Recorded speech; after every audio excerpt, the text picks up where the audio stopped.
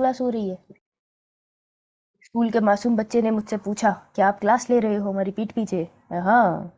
कह रहा मैं भी आऊंगा। मैं कहा आज ही हूँ। कह रहा कब? मैं कहा पता कर ले। हो सकता है आ जाए। तो किंगडम क्लासिफिकेशन में मोनीरा पढ़ के आयो, एनसीईआरटी पढ़ी थी?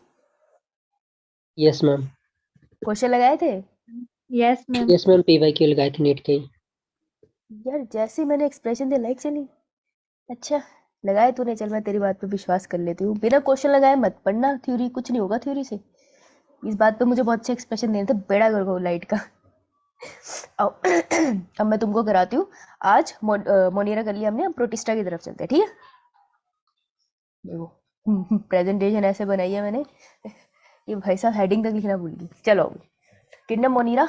अब 5 किंगडम क्लासिफिकेशन किसने दी थी? आरएच बिटाकर। कौन सी है? कौन सी है? 1969। 1969। सवा 6 किंगडम किसने दी थी? Carl Woese. नाइस। तो मोनीरा में हम लोगों ने पढ़ लिया था, और प्रोटिस्टा की बात हम करने लगे। प्रोटिस्टा और मोनीरा में एक चीज कॉमन क्या है? यूनिसेलुलर। दोनों यूनिसेलुलर है। और एक चीज डिफरेंस क्या है? कोई एक डिफरेंट बता दो। प्रोकैरियोटिक और यूकैरियोटिक। कौन सा प्रोक्रियोटिक और यू कौन सा? मोनेरा प्रो है और प्रोटिस्टा जो यूकैरियोटिक है। ठीक है, नहीं सबकी आवाज दबाता हुआ है, मैं बताऊंगा। सही, बिल्कुल सही, बहुत बढ़िया। ठीक है, अब देखो हम प्रोटिस्टा की बात कर रहे हैं। ये यूनिसेलुलर होता है, पता है हमें।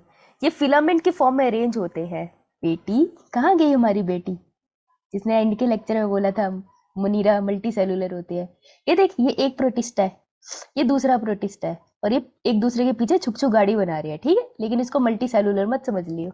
ये कॉलोनीज बना के भी रह सकते हैं, ठीक है? झुंड में रहते हैं, यार झुंड में मारेंगे सबको, लेकिन यूनिसेलुलर ही है। देखो कुछ एक्सेप्शन है मल्टी सेलुलर की, यहाँ नहीं जाना है, तुम्हारे दिमाग में क्लियर रखना। यूनिसेलुलर है, लेकिन कैसे सेल्स है? यूक्रियोटिक सेल है।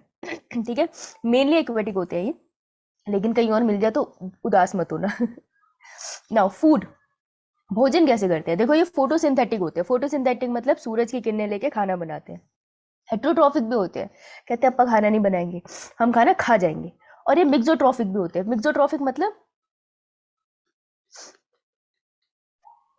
फोटोसिंथेटिक है but can be heterotrophic.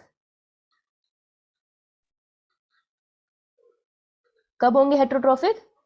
When absence of sunlight. Yes, light is absent. शाबाश। तो ये है, मैं खाना बना रही हूँ, मेहनत कर रही हूँ, लेकिन जैसे ही घर में कोई और आया खाना बनाने के लिए, मैं नहीं बनाऊंगी। मिक्सोट्रॉफिक है, वैसे हर घर में भाई ऐसे होते हैं, भाई स्पेशली बड़े, कि वो सब कुछ खुद कर सकते हैं, लेकिन जैसे ही बहन आती है वो ऐसे मर जाते हैं, उनके हाथ पैर काम करने बंद हो जाते हैं, ये बना के देगी भाई। वो होते हैं मिक्सोट्रॉफिक। होता है तुम्हारे घर में? मेरे घर में होता है। नहीं होता? तुम्हारे भाई अच्छे हैं, फिर एक्सचेंज कर लो। मैम वो तो वो करते भाई नहीं काम, बहन है मेरी। मेरे कजन ऐसे कहते काम करना छोड़, अरे बनाते बनाते ऐसे छोड़ के चला गया था वो, तू बनाएगी अब? ऐसे छोड़ के कहा था मुझे आज में। और इतने बड़े बड़े भाई होते हैं, राक्षस जैसे, इतना खाते हैं, बनाते बनाते बच्चा मर जाए। देखो बेटे, प्रोटिस्टा को ओरिजिनेट कैसे हुआ था ये होगी बात, बताओ। मोनीरा में प्रोक्रियोटिक सेल थे, प्रोटिस्टा में यूक्रियोटिक सेल थे। तो प्रोक्रियोटिक से यूक्रियोटिक सेल बने, वो थ्योरी कौन सी थी? Endosymbiotic theory. हाँ, तो मैं कह सकती हूँ हमने कभी इस बात को बोला नहीं, छुपा के रखा, लेकिन आज बोलेंगे कि वो जो यूक्रियोटिक सेल बना था ना, एक्चुअली वो प्रोटिस्टा था। टेक्निकली सबसे पहला प्रोक्रियोटिक सेल प्रोटिस्टा ही तो हुआ यार, प्लांट थोड़ी हो गया। सोचने की बात है ना, है ना, है ना? आज सोचेंगे, कोई बात नहीं। आओ, तो एंडोसिम्बायोटिक थ्योरी 1000 करोड़ बार बताइए। कोई बता दो प्लीज, मुझसे ना बुलवाओ।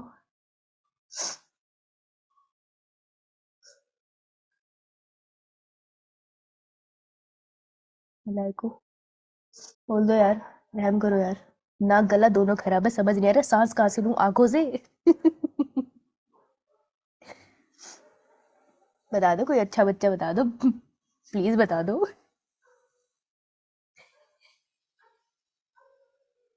यार कोई तो बता दो।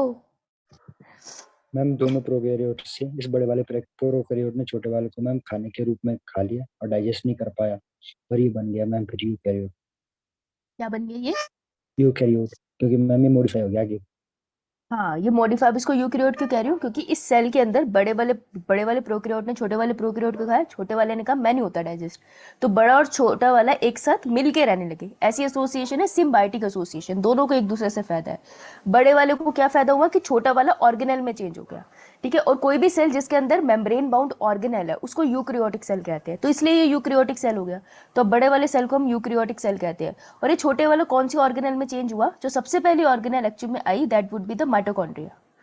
इसलिए हर सेल में आपको माइटोकॉन्ड्रिया मिल ही जाता है।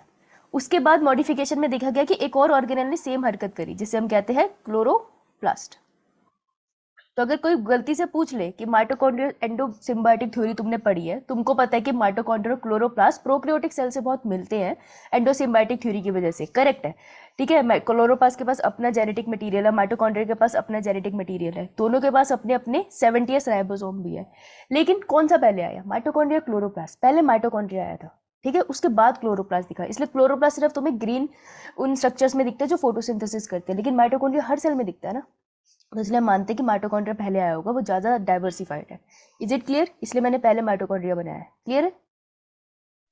Yes ma'am. Yes ma'am. इसके साथ, अब इसके साथ कैसे रिलेट कर सकते हो तुम, देखो समझो अगर तुम चाहते हो ना कि तुम आंखें बंद करो और तुम्हारे दिमाग में वो चैप्टर खुल जाए सामने, और तुम क्वेश्चन देख रहे हो, आंखें बंद करो, वो चीज़ खुल रही है। अगर इतनी ज़्यादा मास्टर्स करना चाहते हो किसी सब्जेक्ट में, जब तुम इतने टाइम से पढ़ रहे हो, तो उसका सबसे अच्छा तरीका होता है उसको रिलेट करो। जब भी तुम रिलेट करते हो ना, दिमाग में कनेक्शन बनते हैं, एंड इट साइंटिफिकली दिमाग में सच में कनेक्शन बनते हैं। अब यहाँ पे माइटोकॉन्ड्रिया क्लोरोप्लास्ट आया, तो सेल वाले चैप्टर में जाओ, कुछ मत पढ़, कोई ज़रूरत नहीं सब पढ़ने की, सब पढ़ने से कोई किसी का इंटरेस्ट क्रैक नहीं होता, सही पढ़ने से क्रैक होता है, ठीक है। तो सिर्फ जाके माइटोकॉन्ड्रिया क्लोरोप्लास्ट पढ़ ले आज, ये बहुत बड़ा पार्ट है यार, 2 ऑर्गेनेल बहुत बड़ी है ये अपने आप में। तुम ये भी कर लोगे तो तुम्हें आ जाएगा, जैसे कि सेमी ऑटोनॉमस माइटोकॉन्ड्रिया क्लोरोप्लास्ट को भी कहते हैं। क्यों कहते हैं? तुम पढ़ोगे तो आ जाएगा। तो तुम्हारा होमवर्क हो जाता है कि माइटोकॉन्ड्रिया क्लोरोप्लास्ट को मैं पढ़ लूंगा, और मुझे कहने की जरूरत नहीं है, जब टर्म्स दिख रही है तो उसको साथ साथ रिवाइज करो, क्योंकि अब नीट आ गया है, राइट? समझ आया कैसे तुम्हें खुद का होमवर्क देखना है यस मैम। ना? आजा, अब देख, प्रोटिस्टा को ना ग्रुप में डिवाइड करा है। ग्रुप में फोटोसिंथेट हम लोग खाने के बेसिस पे इसको और इजी कर सकते हैं। देख 1 2 3 4 5 ग्रुप है, ठीक है, नाम याद कर। देखो प्रोटिस्टा फंजा में डिफिकल्ट कुछ नहीं है, सिर्फ नाम है जो डिफिकल्ट है, बाकी बातें को छोटी छोटी बातें करिए, छोटी छोटी बातें हैं ये। देखो कैसे होगा, मैं ABCD में कराऊंगी तो रो दोगे यहाँ पे। देखो सबसे अजीब सा जो मुझे यू सा नाम लगता है वो यूग्लिनोइड लगता है, ठीक है। इसकी नेचर होती है मिक्सोट्रॉफिक। जो बाद में आए हैं वो ज्यादा, कोई भी रेस है, कोई भी इवेंट है जो बिल्कुल एंड में आया है, उनका ज्यादा एटीट्यूड होता है, ये होता है हेट्रोट्रॉफिक। और जो बिल्कुल पहले आ गए सीधे साधे से है वो है ऑटोट्रॉफिक।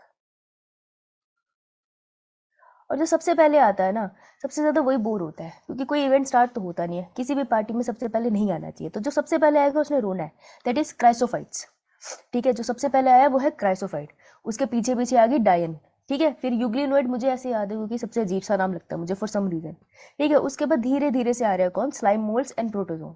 जैसे जैसे याद करोगे धीरे धीरे याद होगा। मुझे ऐसे याद है कि पहले 2 ऑटोट्रॉफिक थे, मिक्सोट्रॉफिक, फिर लास्ट के 2 heterotrophic. This is how I remember, okay. तो तुम्हें क्वेश्चन कोई नहीं पूछेगा क्राइसोफाइट्स, उसके एग्जाम्पल के ऊपर क्वेश्चन पूछेगा। फॉर एग्जाम्पल क्राइसोफाइट का एग्जाम्पल है डायटम्स, पूछेंगे ऑटोट्रॉफिक है, हेट्रोट्रॉफिक है, मिक्सोट्रॉफिक है। तो तुमको अब क्या करना है, अब मैं जो पढ़ा रही हूँ तुमको ये याद रखना है कि किस इस अजीब से नाम के साथ एग्जाम्पल क्या था। तुमको एग्जाम्पल याद रह जाएगा ना, फीचर आराम से हो जाएंगे। क्लियर? किस पे ध्यान रखना है तुम्हें? क्लियर है? Yes ma'am. ठीक है, अब ध्यान से सुनना, एनसीईआरटी बहुत इजी है। उसी के साथ ये वाला डायग्राम याद है ना, आज ये वाला मोड ऑफ न्यूट्रिशन बहुत खुल के आएगा, तो इसके ऊपर हम दोबारा से आएंगे। आ जाओ भाई। जो क्राइसोफाइट्स होते हैं वो होते हैं, क्राइसोफाइट्स के अंदर तुम 2 एग्जाम्पल्स पढ़ते हो, ठीक है। तो ABCD में अगर तुम्हें पता हो, A के बाद B आता है और B के बाद क्या आता है, अरे वाह, और C के बाद क्या आता है, डी। वेरी गुड, अरे बहुत अच्छे, लड़की बहुत कमाल की है हमारी। तो क्राइसोफाइट स्टार्ट्स फ्रॉम C, तो उसके अंदर जो दोनों एग्जाम्पल है दैट इज फ्रॉम D, ठीक है। ये फालतू के तुक्के काम आते हैं जब कंफ्यूजन होती है ना, कोई हंसेगा नहीं, राइट? और मैं तो खुद हंस रही हूँ। तो क्राइसोफाइट्स वो है जो रोते रहते हैं क्योंकि वो सबसे पहले आते हैं, ठीक है। तो क्राइसोफाइट के अंदर एग्जांपल है डायएटम एंड डेस्मिड्स, ठीक है। डायएटम वो है जो बहुत ही रो रहे हैं। क्यों रो रहे हैं? क्योंकि इनको तुमने समुद्र में डाल दिया है और समुद्र में तुम इनसे सारी फोटोसिंथेसिस करा रहे हो। Maximum amount of photosynthesis ocean में ये कर रहे हैं, तो बेचारे रोएंगे ना, कितना सारा काम कर रहे हैं, छुट्टी नहीं मिल रही उनको। तो ये क्या होता है, अगर ये फोटोसिंथेसिस कर रहे हैं तो उनके पास ग्रीन पिगमेंट होगा? Yes, yes ma'am. मैम। बिल्कुल होगा, क्योंकि हम तो बचपन से ही पढ़ रहे हैं ना, फोटोसिंथेसिस वाले पत्ते हरे होते हैं, ठीक है, लेकिन होंगे ये माइक्रोस्कोपिक, अब पत्ते मत ढूंढने चले जाना। तो इनको हम क्या बोलते हैं, they are chief producer of the ocean. ये रहा नीट का क्वेश्चन, बहुत कॉम्प्लिकेटेड नहीं पूछेंगे वो सिंपली डायटम्स की जगह क्राइसोफाइट्स डाल देंगे। विच of the following have example of chief producer of the ocean. अगर डायरेक्ट क्वेश्चंस भी आते हैं तो उसमें ये बनता है, ये होते हैं फोटोसिंथेटिक, ऑब्वियसली तभी रोटी बना रही है। और ये होते हैं फाइटोप्लैंक्टन्स। बेटा फाइटोप्लैंक्टन्स क्या होते हैं, अगर तुम कभी भी इकोलॉजी तुमने पढ़ी है तो तुमने सुना होगा फाइटोप्लैंक्टन, फिर जू प्लैंक्टन। फाइटो होता है प्लांट जैसे, ठीक है, और प्लैंक्टन का मतलब होता है वो जो अपने तैरने की डायरेक्शन ही डिसाइड कर सके। तो जैसे लहरें जाती है ना, उसी डायरेक्शन ही में चले जाते हैं, समझ रहे हो। मतलब कि ऐसे है कि इधर लहर जाएगी तो इधर चले जाएगा, इधर लहरें जाएगी तो इधर जाएगा, तो वो अपनी तैरने की डायरेक्शन डिसाइड नहीं कर सकते। That is planktons. Is it clear phytoplanktons क्या होते हैं? Yes ma'am. ठीक है, अब इनके अंदर खास बात क्या है, इनके पास ऐसा एक डब्बा होता है ना, कुछ हीरे जवाहरात ऐसे छुपा के रखे हैं तुमने। तो एक ये अंदर है डायटम, डायटम के नीचे एक शेल है, उसके ऊपर एक शेल है, इस तरीके से। और ये शेल किसी से बना हुआ है? सिलिका से। Yes, now this is the one, यहाँ से क्वेश्चन आएगा, सिलिका कॉम्पोजिशन SiO2। कि सिलिका से शेल बना होता है, और ये क्या है बेसिकली, इसकी सेल वॉल। तो सेल वॉल ऐसे मॉडिफाई होकर शेल लाइक स्ट्रक्चर बनाती है, और ये शेल ओवरलैपिंग होते हैं। ये नीट की लाइन है, देखो ओवरलैप कर रहे हैं ना, ये वन वाला शेल इसको यहाँ से कवर कर रहा है, दिख रहा है सबको, दिख रहा है। यस। तो ये ओवरलैपिंग शेल है जो इसको प्रोटेक्शन देते हैं, और इसको इतना सॉलिड बना देते हैं कि मतलब मरने के बाद भी ना इसके शेल समुद्र के बेस पे इकट्ठे होते हैं। जब ये समुद्र के बेस पे इकट्ठे होते हैं मतलब ये टूट जाते हैं, नो डाउट बहुत टूटते हैं, ओशन में इतना प्रेशर भी तो है, ये टूट जाते हैं, लेकिन फिर भी पाउडर की फॉर्म में नीचे इकट्ठे हो सकते हैं। तो इसको निकाल के हम लोग अपने यूज के लिए भी यूज करते हैं, ठीक है। तो इतनी बात क्लियर होगी कि क्राइसोफाइटोन्स वो है जो सबसे पहले आए पार्टी में, तो वो रो रहे हैं, ठीक है। सी के बाद अल्फाबेट आता है डी। तो क्राइसोफाइट के दो मेंबर है, डायटम एंड डेस्मिड्स। डायटम्स वो है जो chief producer of the ocean है, डब्बे में बंद है, ओवरलैपिंग शेल है जो सिलिका से बने हैं, फोटोसिंथेटिक होते हैं ये, और ये फाइटोप्लैंक्टन्स है, मतलब किसी भी डायरेक्शन में तैरते रहेंगे क्योंकि ये अपनी डायरेक्शन डिसाइड नहीं कर सकते। क्लियर? Yes ma'am. सिलिका से बनी है सेल वॉल, याद रखना। ये चैप्टर में इसलिए ऐसे करा रही हूँ क्योंकि मैंने तुम्हें पहले पढ़ाया नहीं है, नहीं तो मैं तुम्हें एनसीईआरटी पढ़ाती और तुम्हें पे चीखती कि तुम्हें पता क्यों नहीं है। क्योंकि ये नीचे मर के बैठ जाते हैं ना इनके सिलिका की शेल, तो वो बना देते डायटोमियस अर्थ, मतलब ऐसे व्हाइट व्हाइट कलर का पाउडर सा। देखिए क्लास स्टार्ट होना गया, तो ऐसे ना नीचे आपको व्हाइट से कलर का पाउडर दिखाई देगा, ठीक है। तो इसलिए हम इसे कहते हैं डायटोमियस अर्थ बनाते हैं। Dead body basically cell wall की वजह से वो इकट्ठी हो जाती है धरती पर नीचे। ये नीट का क्वेश्चन है, ठीक है। तो डायटम पे क्वेश्चन आता है। Next is desmids. डेस्मिड के बारे में ज्यादा सवाल नहीं पूछे जाते, पहले बोलते हैं इसको गोल्डन एल्गी। एल्गी से कंफ्यूज मत हो जाना, ठीक है, क्योंकि फोटोसिंथेटिक है ना, इसलिए साइंटिस्ट के लिए भी बहुत डिफिकल्ट था ये समझना कि ये बैक्टीरिया है, ये प्रोटिस्टा है, या ये प्लांट है। तो तुम्हें एक चीज पता है कि बैक्टीरिया भी ऐसे है जो फोटोसिंथेसिस कर सकते हैं, कुछ प्रोटिस्टा भी ऐसे है जो फोटोसिंथेसिस कर सकते हैं, और प्लांट्स फोटोसिंथेसिस करते ही हैं। तो जब उनको बहुत क्लियर नहीं था ना, इस वजह से ये नामों की कंफ्यूजन रह गई है। तो golden algae is not an algae, it's an desmid which is a chrysophyte which is a protista. तो पीछे बैक ट्रैक करना, समझ आई बात क्या बोल दिया मैंने, है ना। तो गोल्डन एल्गी, पहली बात एल्गी नहीं है, ठीक है, ये है डेस्मिड्स। और डेस्मिड्स भी क्या है, किस ग्रुप के मेंबर है?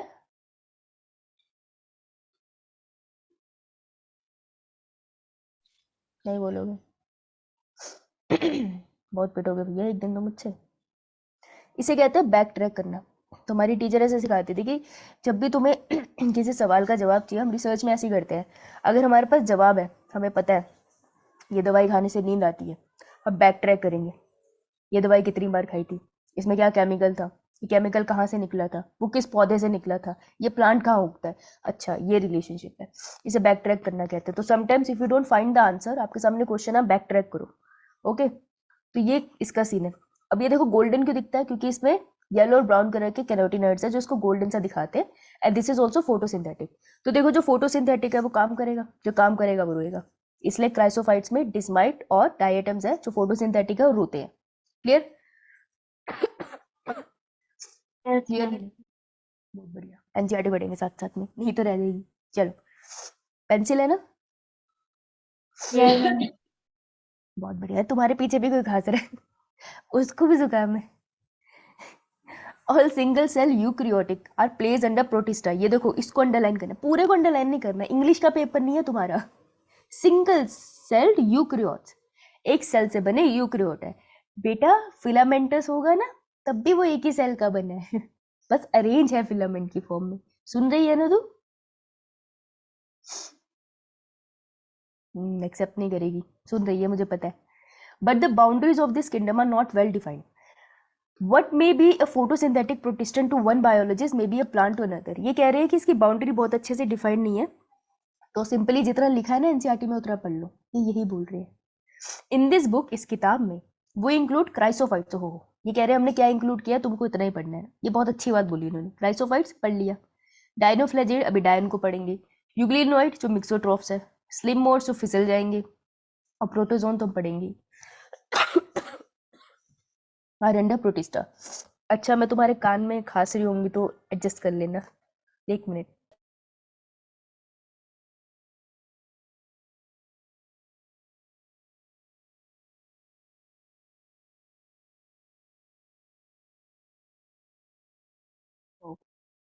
अगर खांसते खांसते मैं निकल लूँ तो मेरी मम्मी को बताना, मेरे यूनिवर्सिटी के जो रोल नंबर था उसके डिजिट ही मेरे पासवर्ड है हर एक अकाउंट के। पैसा ज़्यादा नहीं है लेकिन काम आ जाएगा, ठीक है? बता देना। सो मेंबर ऑफ प्रोटिस्टा, आप नहीं बताओगे? बड़े Yes, नालायक हो गए। अच्छा, so member of protista primary aquatic. बेटा जहाँ प्राइमरीली लिखा है ना, उसका मतलब है कि और कहीं भी मिल सकते हो, तो इससे हैरान मत हो जाना कि हाय ये तो हमें कहीं और मिल गए, झूठ बोल रही थी मैडम। नहीं, मेनली एक्वेटिक है। ऐसे वैसे क्वेश्चन आता नहीं है, लेकिन आजकल जिस तरीके से नीट पैटर्न दे रहा, हो सकता है तुम्हारे साथ खेल जाए। The kingdom form a link with the other dealing with the plants, animal and fungi. देखो ये लाइन बहुत गहरी है, इसे समझने में समय लगेगा बहुत, लेकिन इसको अंडरलाइन कर लेना, एक दिन जिंदगी में इसे जरूर समझेंगे। कि आपको ऐसे मेंबर्स मिलेंगे यहाँ पर जो हम मानते हैं कि इससे मॉडिफाई होकर एनिमल निकले, इससे मॉडिफाई होकर प्लांट्स निकले। बहुत बड़ी बात बोल दी हमने प्रोटिस्टा से, लेकिन हुआ ऐसा। Will see. Being eukaryotes, the protistans cell body contain a well-defined nucleus and other membrane-bound organelle. Eukaryotic है तो न्यूक्लियस भी होगा और ऑर्गेनेल्स भी होंगे। सम है फ्लैजिला, किसी के पास फ्लैजिला है, किसी के पास सिलिया है। Protist reproduce asexually, sexually, sexually भी रिप्रोड्यूस करते हैं, असेक्सुअली भी करते हैं। By the process involve cell fusion and zygote formation. तो कैसे होती है रिप्रोडक्शन? सेक्सुअल, गैमेट फ्यूज करेंगे और नया जाइगोट बन जाएगा। कोई बड़ी बात तो बोली नहीं इसने, तो इतना अंडरलाइन बहुत था इस पैराग्राफ में। क्राइसोफाइट ओवनली yes, है तो तुम मना करेगी, मैं रुक जाऊंगी। This group include diatoms and golden algae which is desmids. Very good, पता था हमें। वैसे इतने अंडरलाइन करने से अच्छा यहाँ लिख लेते तो बेहतर था। They are found in fresh water as well as marine water. बेटा समुद्र में भी मिलेंगे और साफ साफ पानी में भी मिलेंगी। दे आर माइक्रोस्कोपिक, तो ऐसा मत सोचना अब तुम्हें दिख जाएंगे, माइक्रोस्कोपिक है। फ्लोट पैसिवली, ये लाइन बहुत इंपॉर्टेंट है। फ्लोट पैसिवली, बेटा वो कोई एनर्जी नहीं लगा रहे, क्योंकि अगर वो अपनी डायरेक्शन डिसाइड करेंगे तो एनर्जी लगाएंगे ना बॉडी में उस डायरेक्शन में मूव करने के लिए। लेकिन ये वैसे ही है जैसे कि हमें बहुत आलस आया और स्विमिंग पूल में हमें फेंक दिया है। स्विमिंग पूल है नहीं हमारे यहाँ पे, ठीक है, तो तालाब में फेंक दिया और हमने पूरी बॉडी ऐसे त्याग दिया और बस ऐसे ही झूल रहे हैं। तो ये वैसे ही है, पैसिवली फ्लोट कर रहे हैं, ठीक है, इन वाटर करंट। तो इसलिए इनको प्लैंकटॉन्स कहते हैं। जब कोई पैसिवली पानी के करंट के साथ, मतलब करंट मतलब उसकी लहरों के साथ तैरता रहता है बिना एनर्जी लगाए, तो इस वर्ड पे आ सकता है। मेरे को ये वर्ड बहुत महत्वपूर्ण लगा, डब्बा बनाओ। Most of them are photosynthetic. देखो ध्यान से सुनना, ये वर्ड छूट जाते हैं। मोस्ट, देखो ऑल तो नहीं गाना। अब कोई तुम्हें हेटेरोट्रॉफ मिल गया तो लड़ने मत आना मेरे से। मोस्टली ये फोटोसिंथेटिक होते हैं, लेकिन एक्सेप्शंस है, भगवान की दया से हमें नहीं पढ़नी। Diatoms, the cell walls form two thin overlapping shells. यहाँ से नीट की लाइन आई है, ठीक है। अब ये डायटम एक्सप्लेन करना है तो इसका बॉक्स बना लो, क्योंकि यहाँ से तुम डायटम्स पढ़ रहे हो। इनकी जो सेल वॉल है उसने दो थिन ओवरलैपिंग शेल बनाई है। देखो सेल वॉल ने बनाया है, तो ये क्वेश्चन आ जाएगा सेल मेम्ब्रेन, और तुम इग्नोर कर सकते हो उसको, तो करना मत। ये एक सेल वॉल है, फिर उसके नीचे उसने ऐसे डब्बा बना लिया, ओवरलैपिंग है ये, ठीक है। Which fit together as a soap case, साबुन के डब्बे की तरह है। वो डब्बे वाला साबुन घर पे किसी के है? yes, ma'am. सब कुछ इसी के घर पे और कोई कुछ नहीं बोलेगा। कोई बात नहीं बेटा, आएगा मेरा दिन आएगा, डाउट पूछना, मैं भी दूंगी तुम्हारे जैसे जवाब। The walls are embedded with silica and thus the wall are indestructible। तो indestructible क्यों है? क्योंकि उसमें है सिलिका, बहुत important. Thus diatom have left behind large amount of cell wall deposit in their habitat। जहाँ ये रहते हैं वहाँ बहुत सारा सेल वॉल छोड़ जाते हैं, मरने के बाद लेके थोड़ी जाएंगे, मरने के बाद कोई कुछ नहीं लेके जाता, इनका भी वही है। This accumulate over billions of years is referred to as diatomeous earth। तो इसकी वजह से ये नाम आया है। याद रखना, बहुत इंपॉर्टेंट लाइन है ये, यहाँ से बहुत क्वेश्चन बनते हैं डायटम से। Being gritty, this soil is used for polishing, filtration of oils and syrup। हम इंडस्ट्री में इसे यूज करते हैं, समुद्र के तल से निकाल के अपने इंडस्ट्री में यूज करते हैं। Diatom are the chief producer of the ocean. भाई ये लाइन तो फेवरेट ही है सबकी, किसी न किसी पेपर में देखने को मिल ही जाएगी 12th के बाद। We are done with fights. Desmids के बारे में बताते नहीं है, चले आगे। Yes, ma'am. कोई डिफिकल्ट था, समझ आया? Yes, ma'am.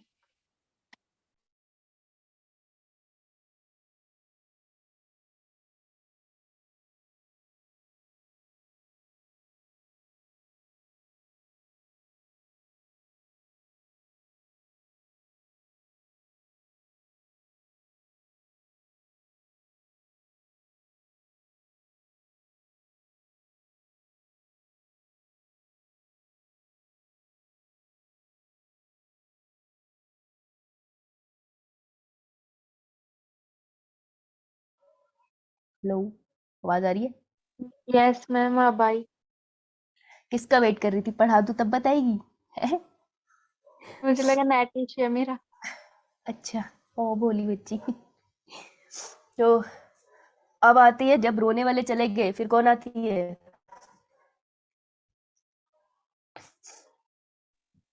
हाँ यार। Diane. Learn like this, otherwise it's very hectic to learn all this words. मतलब मेरे जीवन में कहाँ यूज हो रहे हैं ये, लेकिन पढ़ने पड़ रही है ना, तो कुछ लगा लो उस पे ताकि खुद को ही हंसी आ जाए। डायन आ गई अब, ठीक है, रोना धोना बंद। डायन अराउंड 50% फोटोसिंथेटिक है, लेकिन कौन सी है ये? हेट्रोट्रोफिक भी है, लेकिन एनसीईआरटी नहीं बोल रहा। अब पर इसी वर्ड पे फोकस करेंगे कि हाँ ये भी फोटोसिंथेटिक है, मतलब कुछ काम ये भी करेगी और कुछ ये बना बनाया खा लेगी, लेकिन क्वेश्चन इससे नहीं आएगा। ये होती है रंगीला। रंगीला मीन्स कलरफुल। अलग अलग पिगमेंट होते हैं सेल वॉल में, अलग अलग रंग के दिखती है, ठीक है।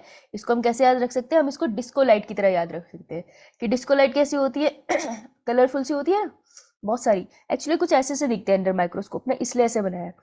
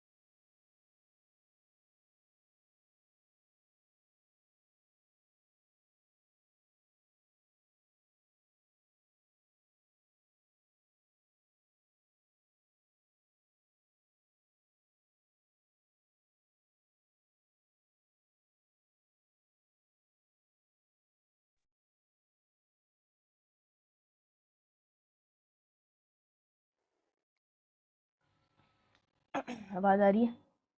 Yes, ma'am. बहुत बढ़िया, बहुत बढ़िया। आइए, स्क्रीन दिख रही है? Yes, ma'am. देखो, तो अब पिछले वाले में सिलिका था ना, ट्राई वाले में रो रहे थे जो सिलिका की शेल थी उनके पास। अब ये आई है डायन। डायन ने कोट और रखा है, कौन सा? सेल्यूलोसिक। तो इनके जो सेल वॉल है बेसिकली वो सेल्यूलोसिक इन नेचर होती है। सेल्यूलोज सेल वॉल में होना किस किंगडम का फीचर है? Plant kingdom. प्लांट किंगडम में। डायनोफ्लैजिलेट प्लांट किंगडम से बहुत मिलते हैं, समझ रहे हो तुम?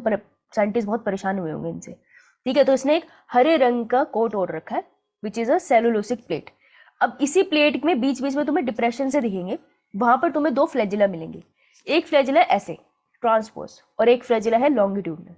वो ऐसे लहरा रहा है वो अलग बात है। तो इसमें दो फ्लैजिला मिलते हैं आपको, एक ट्रांसफर और लॉन्गिट्यूडनल। ये इसका मेन फीचर है, क्वेश्चन यहाँ से आएगा, ठीक है। ट्रांसफरेंस लॉन्गिट्यूडनल तुम्हें क्या मिले, डायन के पास मिले, और डायन है उसने कोट और रखा है, उसके बाद 2 हंटर टाइप के हैं, मैं तो ऐसे ही इमेजिन कर रही हूँ फिलहाल, ठीक है। एक उसने एक साथ में ऐसे पकड़ा हुआ और एक वो ऐसे पकड़ लिया। अब तुम्हें जो इमेजिन करना है करो, बस याद रखना सेलुलोसिक प्लेट है और 2 इसके पास फ्लैजिला है। क्लियर? यस आओ भैया डायनोफ्लैजिलेट्स पढ़ते हैं फिर। यार रोशनी कम है या मुझे कम लग रही है? 1 मिनट, मुझे दिख नहीं रहा, ठंडी होगी मैं। Oh, now these organism are mostly marine and photosynthetic. बेटा मोस्टली मेरीन है और ये फोटोसिंथेटिक है, ठीक है, लेकिन सारे फोटोसिंथेटिक नहीं है, मोस्टली लिखा है यहाँ पे। इन शब्दों पे ध्यान दिया करो, यही है जो तुम्हारे कॉन्सेप्ट्स खराब कर जाते हैं, है ना, क्योंकि हम इतना सारा पढ़ते हैं तो पागल हो जाते हैं, नो डाउट, तुम ध्यान देना। They appear yellow, green, brown, blue, red depending upon the main pigment present in their cells. तो जौन सा पिगमेंट है वैसे दिखती है, इसलिए हमने इसको डिस्को लाइट से याद किया था। कोई मर्जी कलर चलता है, कुछ भी चलता है वहां तो। The cell wall has stiff cellulosic plate on the outer surface। बहुत इंपॉर्टेंट पॉइंट, देखो यहाँ पे हर जगह सेल वॉल के साथ ही कुछ हो रहा होगा, क्योंकि इन सबके पास सेल वॉल है। बाहर वाला स्ट्रक्चर तो वही है ना, सेल वॉल सबसे आउटर लेयर, तो उसी में गड़बड़ होगी। तो बाहर की तरफ आपको एक स्टिफ सी सेलुलोसिक प्लेट्स मिलेंगी। Most of them have 2 flagella, most of, not all but most. यहाँ पे तुम्हारे साथ फाइंड द करेक्ट स्टेटमेंट में खेला जा सकता है। ऑल ऑफ देम, ऑल नहीं है, मोस्ट है। तो most of them have 2 flagella, एक है लॉन्गिट्यूडनली और एक है ट्रांसवर्स वाला। क्लियर?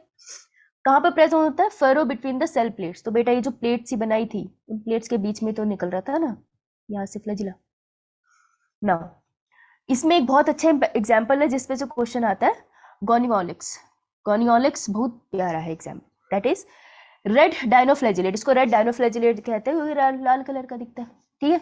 अंडरगो सच रैपिड मल्टीप्लिकेशन, यार इसकी मल्टीप्लिकेशन इतनी क्विक है कि जहां भी पानी में होता है ना, वहां पे ऐसा लगता है लाल कलर की लहरें आ रही है।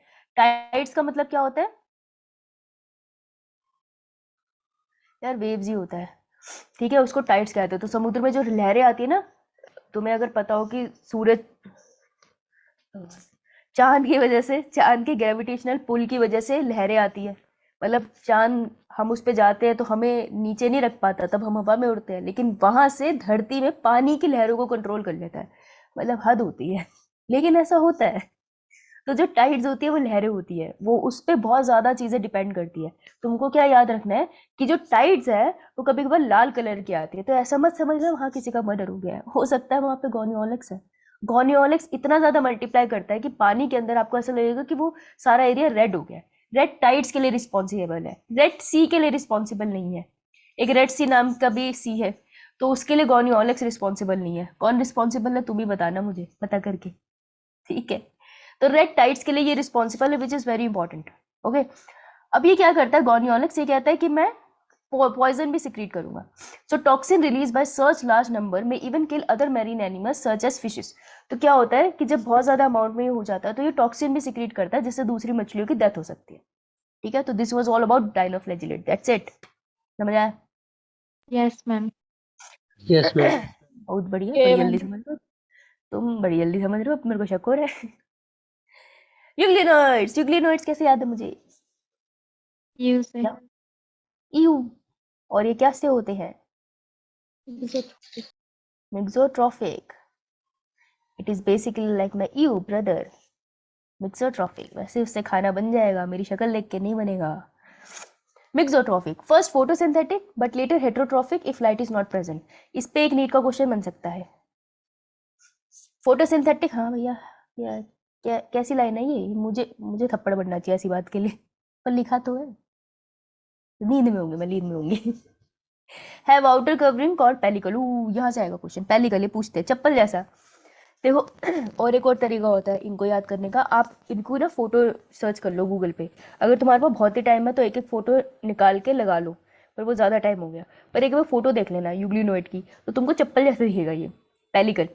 तो इसकी आउटर कवरिंग होती है पेलिकल की, ठीक है, जो बेसिकली प्रोटीन से बना है। कौन सा प्रोटीन नहीं जानने का है, तो खामखा मत परेशान होना, बस इतना याद रख लेना कि क्राइसोफाइट में बाहर क्या था, किसकी शेल थी? सिलिका। डायन के पास किसकी थी? Cellulose. Cellulosic plate. हाँ, कोट पहना था उसने। और यूग्लिनोइड के किसके के पास क्या है? Pellicle. Pellicle. Pellicle. Protein. Proteinaceous है। यस, ये पूछ सकते हैं उसकी नेचर क्या है। प्रोटीनेशियस है, पी से पेलिकल, पी से प्रोटीनेशियस। और इसके पास भी फ्लैजिला है, लेकिन 2 अनइक्वल फ्लैजिला होते हैं इसके पास, ठीक है। करने की इसकी कोई जरूरत नहीं है। Previous slide. रुक जा भाई, करा देता हूँ। ये ले यार, ऐसे होगा, कुछ इस तरीके का होगा। 2 फ्लैजिला बना लो, छोटू बड़े, अनइक्वल है, एक बड़ा एक छोटा। हाँ तो परेशानी नहीं है। Moving on. Euglenoid majority of them are fresh water organism. ओहो लो जी, मेजोरिटी ऑफ फ्रेश वाटर यहाँ है। Found in the stagnant water. Stagnant water मतलब ठहरा हुआ पानी। ठहरा हुआ।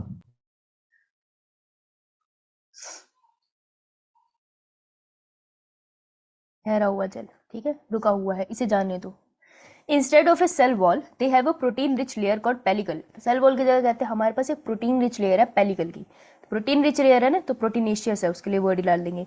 Which make their body flexible, है ना। चप्पल थोड़ी फ्लेक्सिबल होती है ना, कभी अगर तुमने उठाई हो किसी को मारते टाइम, करा है ऐसा, मारा किसी को चप्पल से? नहीं, भाई बहन नहीं है तुम्हारे? तुम तो बड़े सभ्य टाइप के हो। कभी ऐसे मन करे भाई बहन को पीटने का तो देखना, जब चप्पल मारते हो ना थोड़ी फ्लेक्सिबल होती है। देखना, वो कभी कभार ज्यादा मारने से हाथ पे खुद भी लग जाती है। Don't try this at home, that's your choice. So they have 2 flagella, a short and a long one. तो मैं कह सकती हूँ इनको, इनके पास अनइक्वल फ्लैजिला है। गलत तो नहीं कहा मैंने? ये बात इंग्लिश में इन्होंने लंबी कह दी। Though they are photosynthetic in the presence of sunlight, when deprived of sunlight, they behave like heterotrophs by predating on other smaller animals. तो ये जो फीचर है, इस फीचर को हम क्या कहते हैं? Mesotrophic. मेक्सोट्रॉफिक, है ना। वर्ड दिया नहीं इन्होंने, डेफिनेशन दे दी, शाबाश। Interestingly, the pigment of euglenoid are identical to those present in the higher plants, obviously. अच्छा, ये ऑब्वियस कैसे हो गए, थोड़ा बताएं। इनके पास जनरली जो पिगमेंट्स होते हैं वो हायर प्लांट से काफी मिलते हैं, लेकिन इसका जिक्र नहीं करते, तो कहते जरूरत नहीं है जाने की। एग्जाम्पल याद रख लेना, यूग्लिना, ठीक है, साइंटिफिक नेम है। ओके, एग्जाम्पल जहां पर आ गया ना, वहां से नीट का क्वेश्चन आने के चांसेस होते हैं 90%। 90% बहुत होते हैं उसको याद करने के लिए, ठीक है। तो यूग्लिना यूग्लिनोइड से वैसे याद रह जाना चाहिए। चले आगे। ये है स्लाइम। स्लाइम मतलब स्लिमी स्लिमी, मतलब चिकना चिकना, पकड़ने जाओगे तो हाथ से छूट जाएगा। So slime moulds are what? Heterotrophic. क्योंकि जब हम प्रोटिस्टा की वो कर रहे थे डिफरेंशिएशन, तो हम कैसे कर रहे थे? प्रोटिस्टा में सबसे पहले रोते हैं, उसके बाद डायन आती है, उसके बाद ईयू आते हैं, और फिर हमारे पास आते हैं स्लाइम मोल्ड्स, और एंड में कौन आता है? प्रोटोजोन्स। Protozoan. अब तो याद हो गया होगा यार, थोड़ा थोड़ा, Yes, ma'am. है ना। साथ पढ़ने से जल्दी याद होती है चीजें, इसलिए ग्रुप बना के पढ़ना अच्छा रहता है। बाकी तुम्हारी अपनी श्रद्धा कपूर है। हेटेरोट्रॉफिक है, भोजन दूसरा का चुरा के खाते हैं। सिनोसिटिक कंडीशन, यहाँ तो मृत्यु होगी, क्या हो गया ये? एक वर्ड था सिंसीशियम और एक था सिनोसिटिक, याद है किसी को? हम सिंथेसिस में मल्टीपल सेल फ्यूज होकर के एक सेल बनाते हैं और उसमें न्यूक्लियस ज्यादा होते हैं। और सिनोसिटिक? और सिनोसिटिक में क्या होगा कि एक ही सेल होगा, उसमें मल्टीपल न्यूक्लियस डिवाइड होंगे। अरे वाह, वेरी गुड, शाबाश, बहुत सही। बहुत सारे सेल है, एक एक न्यूक्लियस के साथ अपने अपने सीधे साधे थे, इन्होंने फ्यूज कर लिया, एक ही सेल बन गया। साइटोप्लाज्म सेम है लेकिन न्यूक्लियस है, तो मल्टी न्यूक्लियर कंडीशन होगी। सिनोसिटिक कंडीशन में क्या होता है कि एक सेल है, उसके पास एक न्यूक्लियस है, वो सेल अपना साइज बड़ा कर लेता है और इसके अंदर उसके न्यूक्लियस डिवाइड कर जाते हैं। तो बेसिकली यहाँ पर हो क्या रहा है, एंड रिजल्ट दोनों में सेम मिलता है, that is multi nucleated cell, ठीक है। एंड रिजल्ट दोनों का सेम है, लेकिन अचीव करने का तरीका अलग है। तो आप इसमें क्या सकते हो कि आपको क्या देखने का मिलता है? कैरियोकाइनेसिस हो रही है इसमें। Yes, ma'am. यस, कैरियोकाइनेसिस मतलब division of nucleus, that happens, right. जिसको नहीं पता लिख लो भाई, डिवीजन ऑफ न्यूक्लियस। ऐसा नहीं सोचना अभी हमें नहीं पता, ऐसा कुछ नहीं है, पूछ लिया करो बस, ठीक है। कैरियोकाइनेसिस, लेकिन साइटोकाइनेसिस नहीं हो रही। साइटोकाइनेसिस मतलब साइटोप्लाज्म का डिवीजन, वो तो नहीं हो रहा ना अभी तक। यहाँ पे साइटोकाइनेसिस आपको नहीं दिख रही है इस टाइम पे, है ना, एक ही साइटोप्लाज्म में। So this is what now coenocytic condition का क्या मतलब है, देख पीछे आ। स्लाइम मोल्ड्स में क्या होता है, स्लाइम मोल्ड्स ऐसे पड़े हैं, ठीक है, उसके अंदर न्यूक्लियस होता है, फिर वो क्या करते हैं, अपना साइज इंक्रीज करते चले जाते हैं। वो जिस भी जैसे लीव्स है या ट्विग्स है, उनके ऊपर वो फैलते चले जाते हैं। फैलते कैसे, अगर ये बार्क है तो वो उसके ऊपर फैल रहा है कैसे, अपना साइटोप्लाज्म इंक्रीज कर रहा है और उसके अंदर अपने न्यूक्लियस की मल्टीपल डिवीजन कर रहा है। लेकिन साइटोप्लाज्म डिवाइड नहीं करता, तो वो एक ही सेल इतना ज्यादा फैल जाता है, which is very weird to imagine. Slime mould इतना ज्यादा फैला होता है पेड़ के ऊपर, लेकिन वो एक ही सेल होता है, ऐसे मिल जाएगा आपको। ठीक है, तो यही बातें यहाँ पर बोल रहे हैं, ध्यान से सुनना। The coenocytic condition, nucleus keep on dividing but cell do not divide. Cell का मतलब सेल साइटोप्लाज्म एक्चुअली डिवाइड नहीं होता। तो सिनोसिटिक कंडीशन अभी तक मैंने कहीं नहीं बताई, सिर्फ स्लाइम मोड में बताई है, याद रह जाएगी ना, फिर तो कुछ यूनिक है। Yes, ma'am. मेरे को ये बता, ये वाला पॉइंट मैंने कहाँ पढ़ाया था, कौन से चैप्टर में पढ़ाया था तुम्हें, can you recall? Human reproduction में भी आता है और प्लांट रिप्रोडक्शन में भी। हाँ, ह्यूमन रिप्रोडक्शन में कहाँ पढ़ाया था बच्चे? मैम उसमें जब एम्ब्रियो बनने से पहले जब लेयर्स बनती है उसमें आता है आउटर सिंसिशियम और इनर सिनोसिटिक ऐसा। हाँ हाँ, नाइस, मुझे भी नहीं याद आया था ह्यूमन में कहाँ पढ़ाया था। Nice, post embryonic development. ठीक है, प्लांट पे तो हमें याद है। चलो डन, इतना इतना डन था सबका। Yes ma'am. स्लाइम मोड्स, अब यहाँ पर आओ, इसके बाद मैं तुमको पीछे वाला डायग्राम समझाती हूँ, देखो आराम से हो जाएगा। Slime moulds are saprophytic protist. देखो सेप्रोफिटिक का मतलब वैसे हेट्रोट्रॉफिक ही है ना, दूसरों से खाना ले रहे हैं ना, खुद तो नहीं बना रहे, तो हेट्रोट्रॉफ में कह सकते हो इसको भी, लेकिन ये सेप्रोफिटिक in नेचर है। सेप्रोफाइट्स क्या होते हैं? Feed on Dead organism. Dead organic matter, right, कोई भी ऑर्गेनिक मैटर हो सकता है डेड, राइट, उसके ऊपर वो फीड होते हैं। और कैसे फीड करते हैं बेटा, क्या करते थे सेप्रोफाइट्स, कल बताया था। हम स्प्लिट करते हैं किसी भी ऑर्गेनिज्म पे। हाँ, split chemical, And digestion of food outside. digest food outside, then suck it, पी जाते हैं उसको, right, very good. So slime moulds are saprophytic protist. कोई और सेप्रोफिटिक प्रोटिस्ट नहीं कराया ना, इस वजह से ये इंपॉर्टेंट होता है। नीट ऐसे क्वेश्चन उठाता है। ये यूनिक बात है ना, जो भी यूनिक बात है वो एग्जाम के पॉइंट ऑफ व्यू से इंपॉर्टेंट है। The body moves along decaying twigs and leaves engulfing organic matter. तो जितने भी डिकेइंग और वो जो ओल्ड होते हुए ट्विग्स है ना, उनकी तरफ वो मूव करती चली जाती है। अंडर सुटेबल कंडीशन, जब कंडीशन बढ़िया हो, they form an aggregation called plasmodium. तो जब अच्छी कंडीशन होती है तो वो प्लाज्मोडियम बना देते हैं, विच में grow and spread over several feet. तो बेटा ये जो स्ट्रक्चर था यहाँ पे बनाया प्लाज्मोडियम, बेटा ये जो स्ट्रक्चर था ना पूरा का पूरा, इसमें basically this is one cell and this is nucleus. तो ये जो स्ट्रक्चर बना है ना, इसको हम बुलाते हैं Plasmodium. Now this is not the Plasmodium of malaria, that is different. यहाँ पर भी एक स्ट्रक्चर आता है जिसको प्लाज्मोडियम बोलते हैं। तो plasmodium in slime mould is a cell with multiple nucleus जो डेड ऑर्गेनिक मैटर पे स्प्रेड हो रहा है। क्लियर?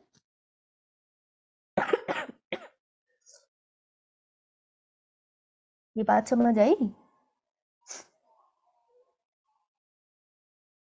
हाँ ना, नहीं, रिपीट कर दो, चले जाओ, कुछ नहीं बोलोगे।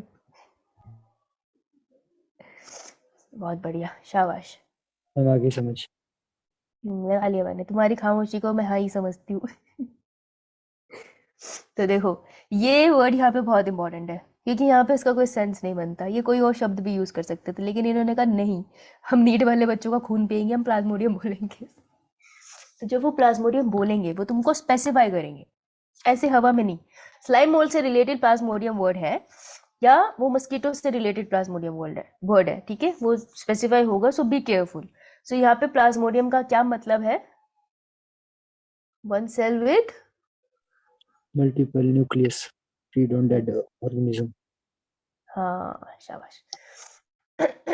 ड्यूरिंग अनफेवरेबल, बेटा ये तो फेवरेबल कंडीशन थी। अनफेवरेबल कंडीशन में क्या करता है, ध्यान से सुनना। Plasmodium differentiate and form fruiting bodies. देखो फ्रूटिंग बॉडी, जहां पर भी तुमको ये शब्द मिलेगा, घातक शब्द है ये। इस शब्द का मतलब है स्ट्रक्चर, ऐसा कोई structure, a structure where spores form.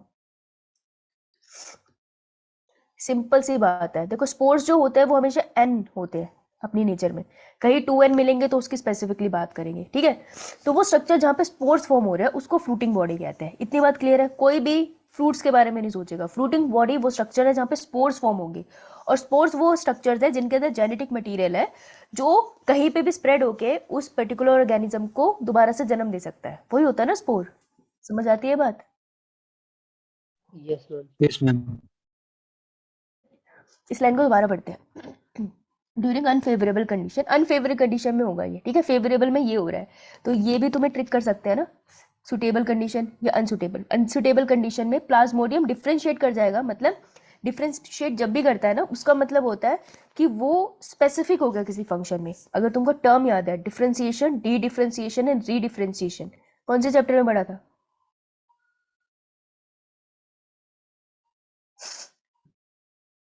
Mineral nutrition में। मिनरल न्यूट्रिशन में नहीं पढ़ा था। ट्रांसपोर्ट में था, प्लांट से रिलेटेड। ट्रांसपोर्ट में भी नहीं पढ़ा था।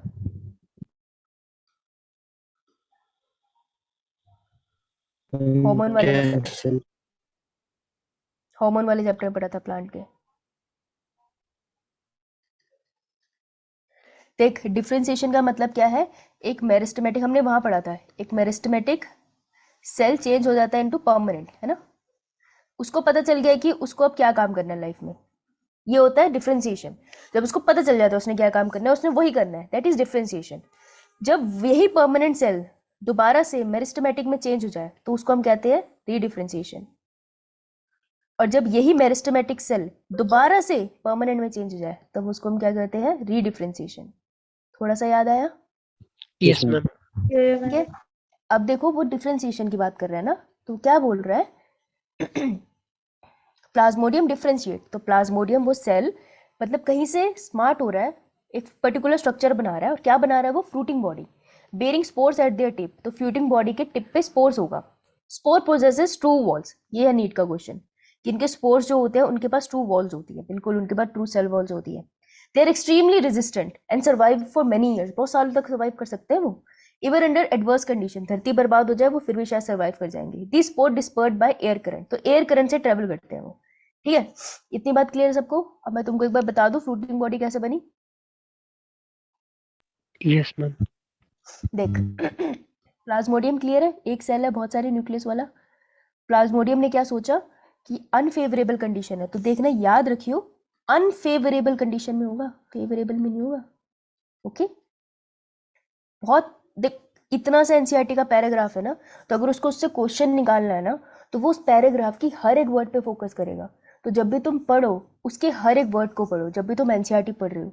इतने से पैराग्राफ से क्वेश्चन बहुत सारे बन सकते हैं सिर्फ वर्ड्स को इधर उधर करके। And if you don't get it ना, नहीं समझ आ रहा शब्द, उसको अंडरलाइन करके फोटो भेज दिया करो मुझे, या जो भी सब्जेक्ट पढ़ रहे हो उस टीचर को भेजना, मेरे को फिजिक्स मत भेजना भाई, मैथ कैसे करूँगी, ओके।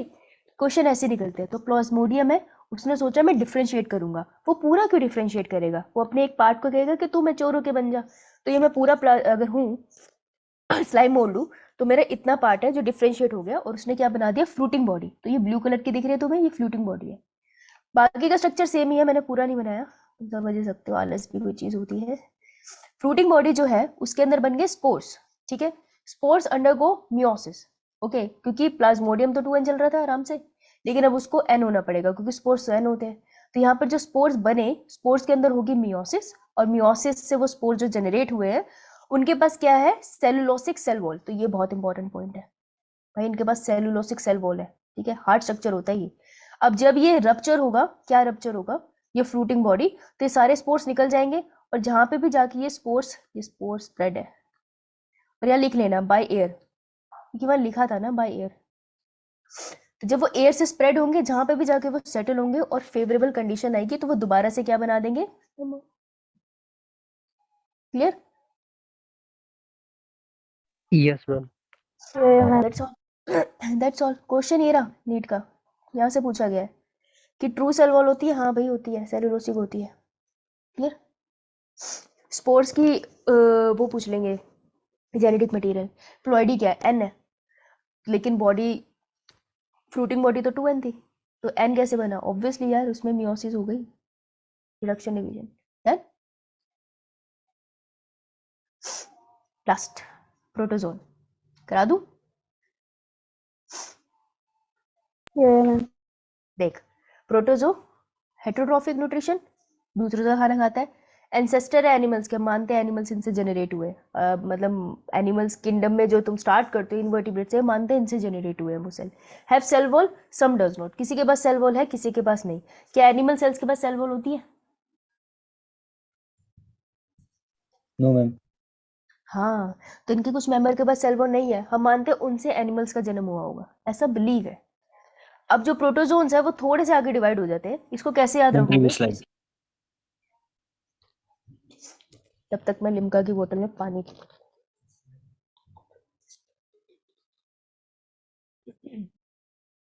अब देख, प्रोटोजोन कैसे याद रहेंगे? मूवमेंट से याद करना है इसे।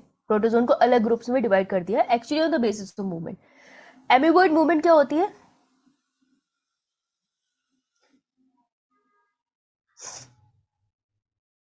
प्रोटोजोन जो एमीबॉइड टाइप के होते हैं, बेसिकली कोई पर्टिकुलर शेप नहीं होती, अमीबा की पर्टिकुलर शेप नहीं होती ना, कहीं से भी मूव कर रहे हैं। और उसका क्या फीचर होता है, जब भी वो खाना देखता है तो वो क्या करता है ऐसा जिसके लिए अमीबा फेमस है?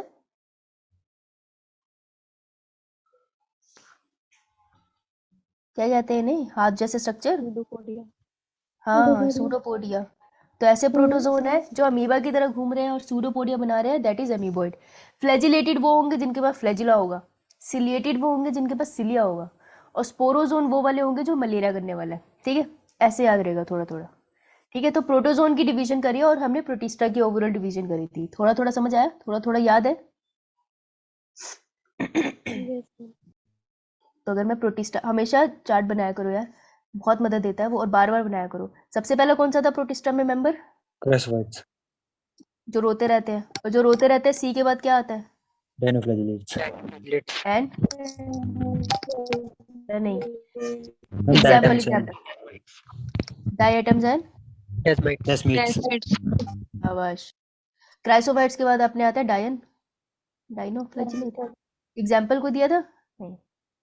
Ma'am Gonyaulax. गोनियोलेक्स।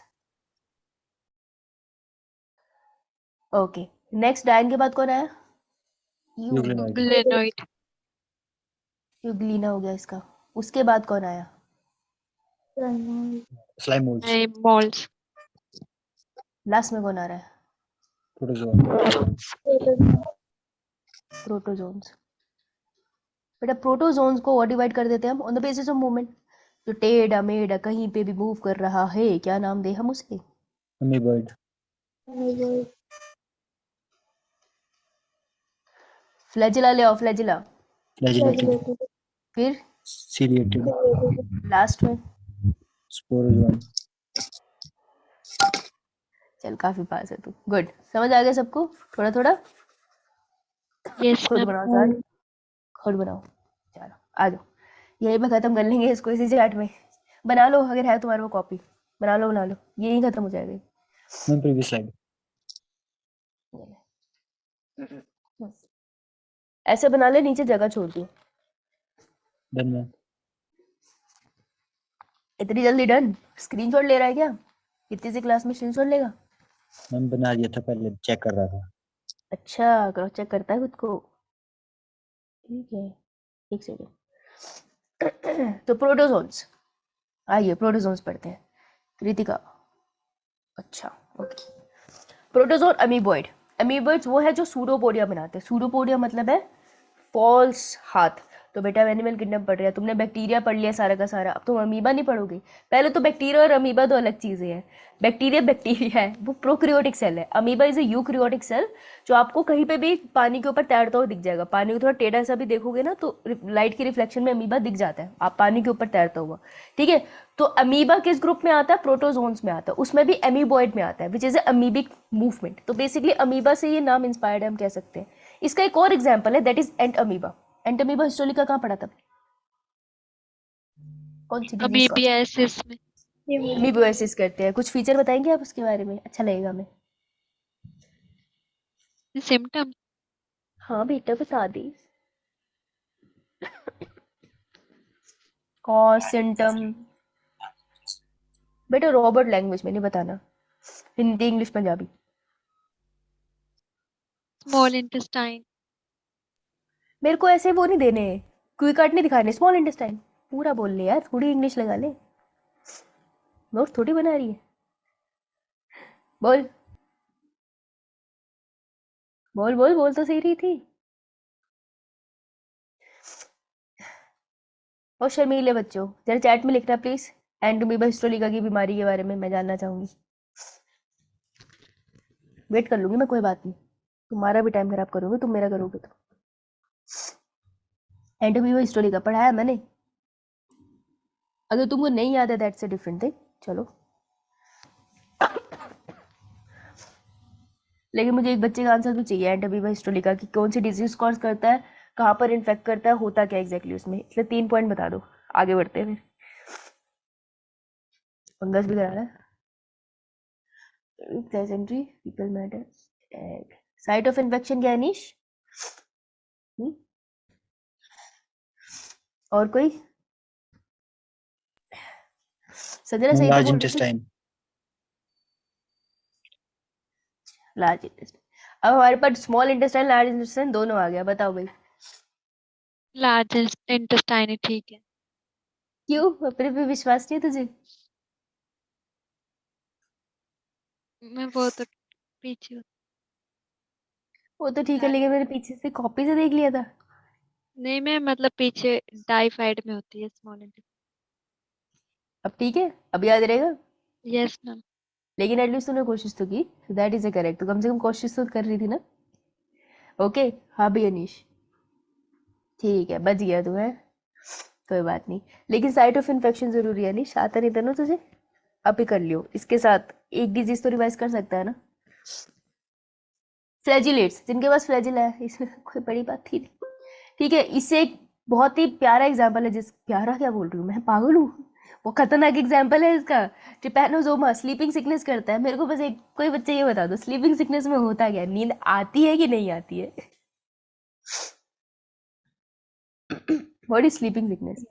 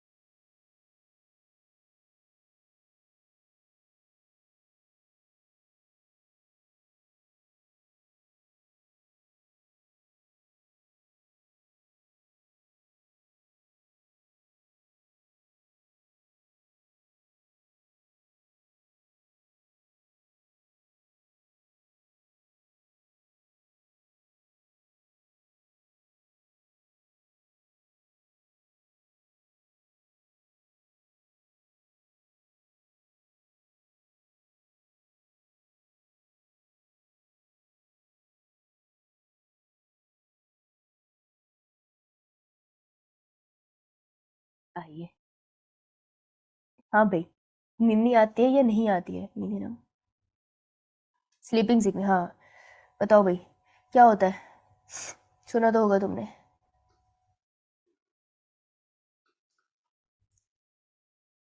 बताओ भाई, सिसी फ्लाई काटेगी तो नींद आएगी या कम हो जाएगी, इंसोम्निया होगा या हाइपर स्लीपीनेस होगा?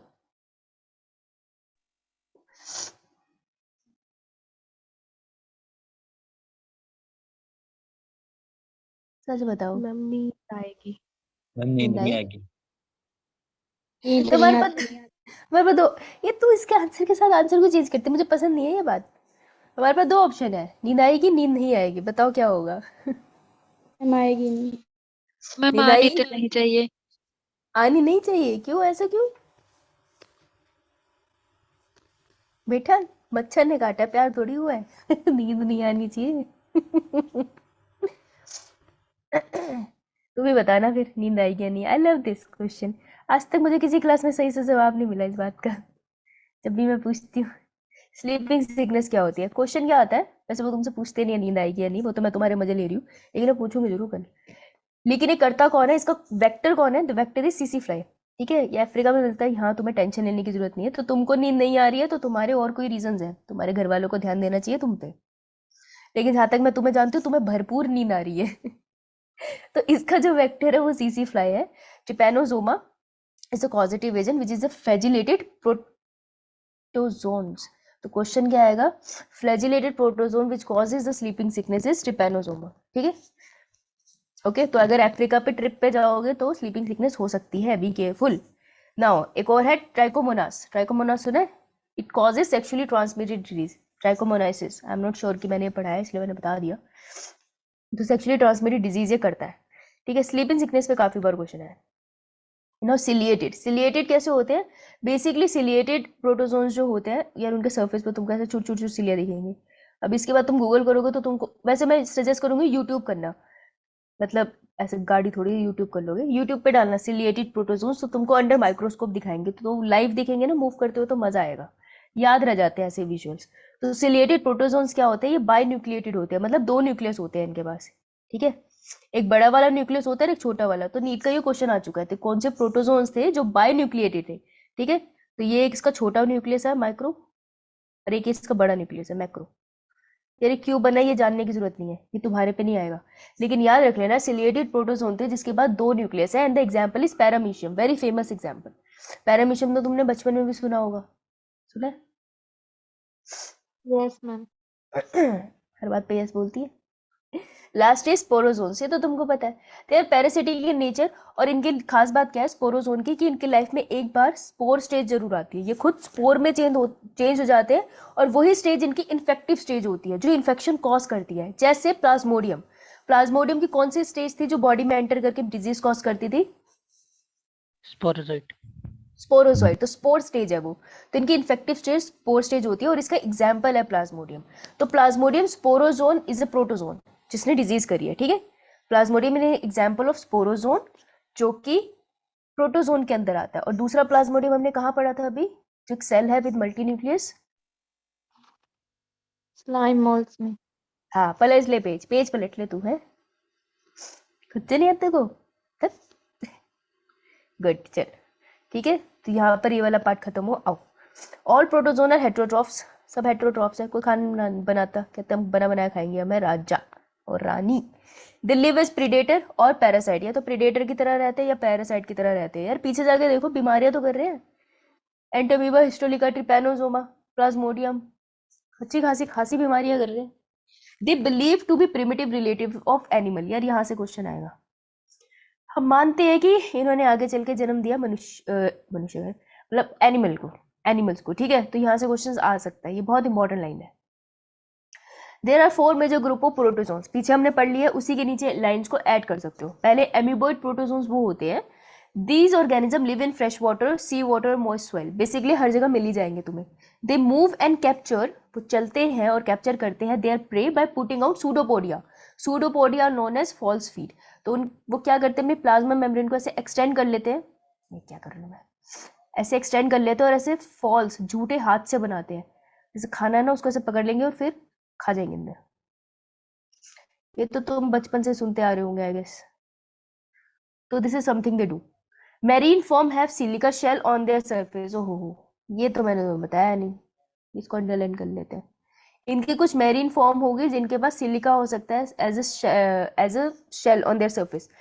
वैसे सिलिका हमने पीछे पढ़ा था, एक बार इन्होंने यहाँ डिस्कस कर दिया, तो इसको अंडरलाइन कर देते हैं क्योंकि कुछ यूनिक है। एग्जाम्पल जहां मैंने बोल दिया example, that is important, that is Entamoeba. क्योंकि ये यहाँ भी जिक्र कर रहे हैं और वहां भी जिक्र करेंगे ह्यूमन हेल्थ में, तो ये इंपॉर्टेंट डिजीज हो जाती है। ठीक है, तो इसको इग्नोर मत करके आना। Okay, yes ma'am. आ गया ये फ्लैजिलेटेड प्रोटोजोन, जिनके पास फ्लैजिला है। The member of this group are इधर फ्री लिविंग और पैरासिटिक, या तो अकेले मस्त रह रहे या पैरासिटिक है, चिपक के रहेंगे शरीर के अंदर या शरीर के बाहर। दे हैव फ्लैजिला, तभी फ्लैजिलेटेड कह रहे हैं, इतनी तो इंग्लिश हमें भी आती है। The parasitic form causes diseases like sleeping sickness, जो पैरासिटिक है वो डिजीज करते हैं जैसे स्लीपिंग सिकनेस, एग्जाम्पल है ट्रिपैनोसोमा जो कॉज करता है। नेक्स्ट इज सिलिएटेड प्रोटोजोन, जिनके शरीर पे सिलिया है। दे आर एक्वेटिक, जल में रहते हैं। एक्टिवली मूविंग ऑर्गेनिज्म, बेटा पैसिवली मूविंग ऑर्गेनिज्म कहाँ पढ़ा था?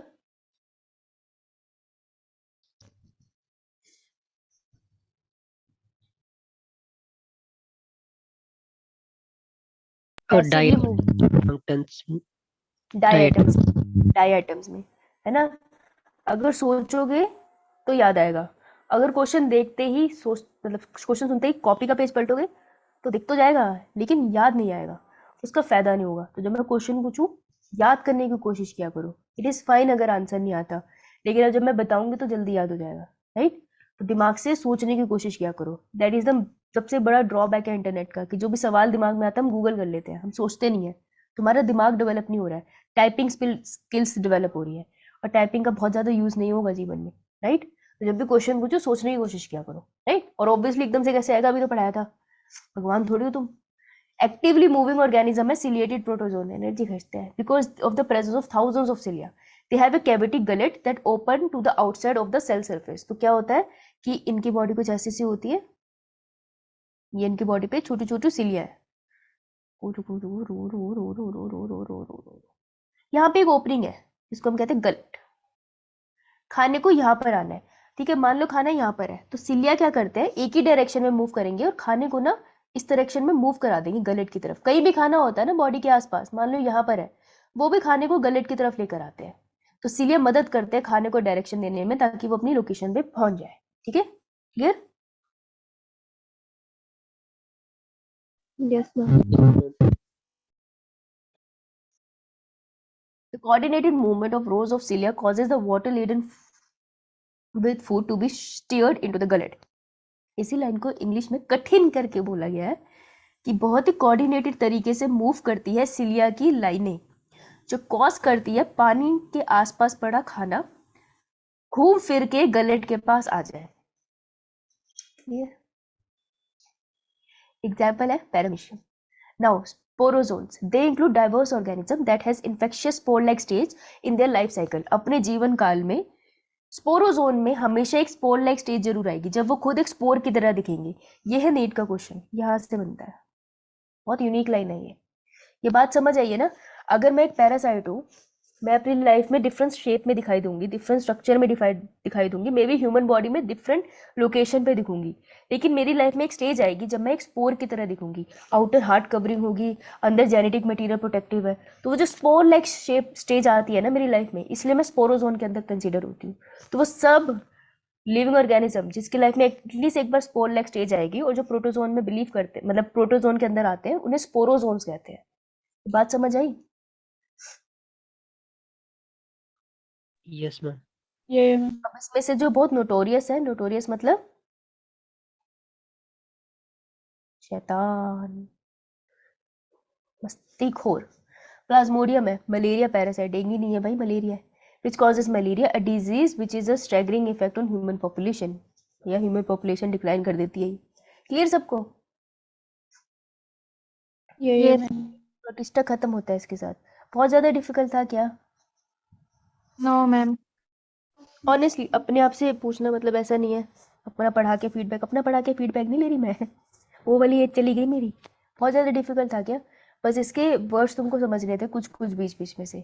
अब समझ आ गए होंगे ना कहाँ पर ध्यान देना है, कहाँ पर नहीं, यस है ना? यस तो मैम। बताओ पहले वाला किसकी पिक्चर है? डायनोफ्लेजिलेट। डायनोफ्लैजिलेट, डायन। दूसरा कौन है? यूग्लिना। यूग्लिना। ये दो है इसके पास, सेम साइज के है? डिफरेंट। मैम। अनइक्वल होंगे। अनइक्वल है, लॉन्ग और शॉर्ट। लिख लो यहीं पे, याद रहेगा। ऐसे देख के ध्यान नहीं जाता, लेकिन अब देखना, जब भी देखोगे ना ध्यान रहेगा। नेक्स्ट कौन सा है? स्लाइम। स्लाइम वाला। स्लाइम वाला है। स्लाइम होल का कुछ स्पेशल बात थी? इसके आसपास क्या होता है ये? आसपास की लेयर में कुछ स्पेशल था? स्लिपरी बनाता था इसको, फ्लेक्सिबल बनाता था?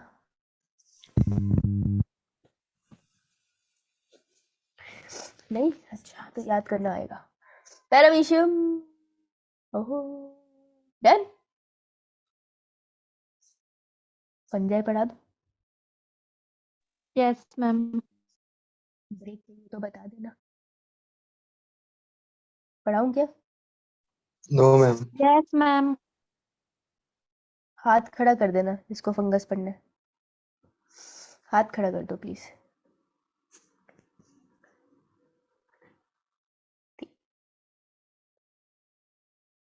यार ये तो ढाई हो गया। आधो ने हाथ खड़ा कर दिया, आधो ने मैम आप किसकी तरफ? मैं भगवान की तरफ हूँ। अगर ब्रेक दे के पढ़ा दूँ 15 मिनट का, ये मैम सिर्फ एनसीईआरटी पढ़ाऊंगी।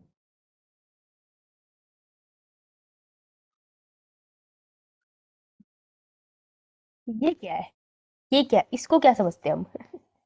बटरफ्लाई। 15 मिनट का ब्रेक दे के आना, अगर तुमको लगता है तुमसे हो पाएगा तो सुन लेना एक बार मेरी कही बातें, तुम्हें थोड़ी मदद हो जाए। ठीक है, दोबारा स्टार्ट करूंगी क्लास। आ जाओ। तो हम लोग, अच्छा मैं खोलना भूल गई, सॉरी। फंगस है ना। तो जब मैं दोबारा फंगस पढ़ रही थी, क्योंकि क्लास से पहले हम भी पढ़ते हैं यार, तो जब मैं भी पढ़ रही थी तो इट वाज लाइक खत्म क्यों नहीं हो रहा है ना, एक होता है सैचुरेशन, बट भाई खत्म क्यों नहीं हो रहा। देन आई रियलाइज कि अगर मैंने इसको छोड़ दिया ना, ये दोबारा नहीं होगा मुझसे। सो जब भी कोई डिफिकल्ट चीज़ होती है ना, उसको फटाफट निपटा लो, ज़्यादा बेहतर रहता है, कम तंग करती है। तो एक बार इसको निपटा लेते हैं, उसके बाद जब तुम पढ़ोगे तो तुमको थोड़ा सुकून मिलेगा कि कुछ वर्ड तो तुमको आते हैं। तो पिछले वाला क्लियर है सबको, प्रोटिस्टा? ये यस मैम मैम। ठीक है, डन। ओके, पढ़ना उसको अच्छे से समझना, फिर भी कोई वर्ड ना समझ आए ऐसा कुछ नहीं है। एनसीईआरटी एनालिसिस करिए और उसके बाद तुम एनसीईआरटी को कोई वर्ड देखो और बोलो ये समझ नहीं आया तो पूछ नहीं सकते, ऐसा कुछ नहीं है। तुम कभी भी पूछ सकते हो। ओके, सो आस्क मी बिल्कुल बेफिक्र होके, बिकॉज हमने नीट क्रैक करना है। मैं एज्यूम यही करके चल रही हूँ कि तुम लोग क्रैक करोगे। मैं ये सोच ही नहीं रही हूँ कि तुम में से कोई होगा जो नहीं करेगा, मेरे हिसाब से तुम करोगे। ठीक है, ये क्लियर है। हम सब तो ये सोच के बैठे हैं कि तुम करोगे, तो इसलिए कोई भी डाउट हो बेहिचक पूछना। तो उसके लिए ऐसा नहीं प्रेशर है तुम्हारे ऊपर, मैं सिंपली कहना चाहती हूँ कि पूरी मेहनत करके पेपर देंगे, उसके बाद कोई अच्छा रिजल्ट हमें आ ही जाएगा, राइट। अब वो क्या होगा वो तो वक्त बताएगा, रिजल्ट हमारे हाथ में नहीं है। तो रिजल्ट हमारे हाथ में नहीं है, हमारे हाथ में सिर्फ मेहनत है, तो हम वो ईमानदारी से करेंगे, है ना, ताकि कोई फिर रिग्रेट ना रह जाए कि यार शायद एक दिन पढ़ लिया होता या वो वाली क्लास लगा ली होती तो आज रिजल्ट कुछ और होता है। ये सब नहीं रखने हमने, है ना। तो चलो फंगस से स्टार्ट कर रहे हैं अब लोग। सो फंजे इस चैप्टर में यही बचा है, इसके बाद थोड़ा सा वायरस का पार्ट है, वो तो ऐसे ही खत्म हो जाएगा।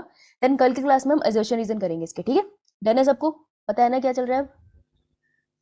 Yes ma'am. Cool.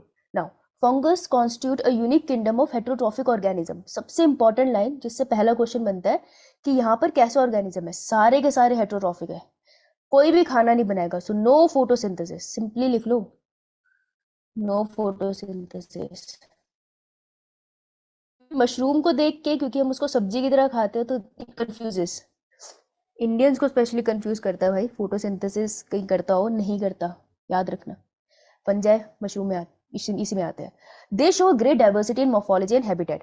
मोफोलॉजी मतलब देखने में अलग अलग तरीके के मिलेंगे तुम्हें, और रहने की जगहें भी इनके अलग अलग तरीके की है।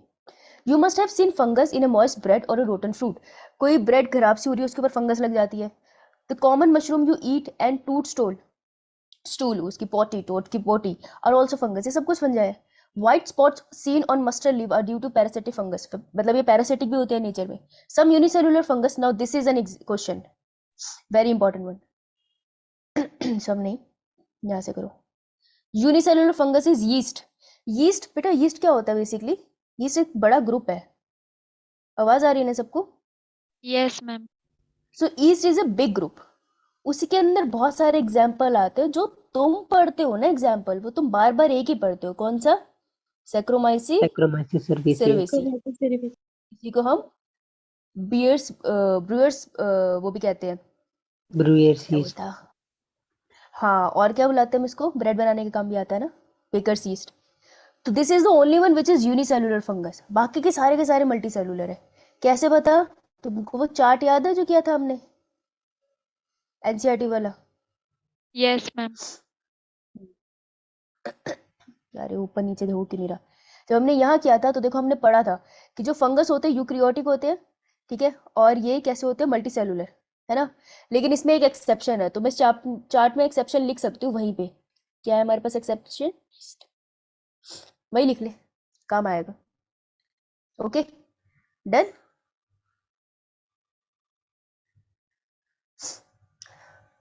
Ma'am Yes, ma'am. अब जब एक्सेप्शन लिख लिया तो एक बार इस चार्ट को देख लूं। मोनीरा हो गया था ना, मोनीरा प्रोक्रियोटिक होते हैं, हमने पढ़ा था। नॉन सेल्यूलोसिक होती है इनकी आउटर कवरिंग। वो कौन से मोनीरा है जिनके पास पेप्टिडोग्लाइकन नहीं होता है आउटर कवरिंग में? Archie bacteria.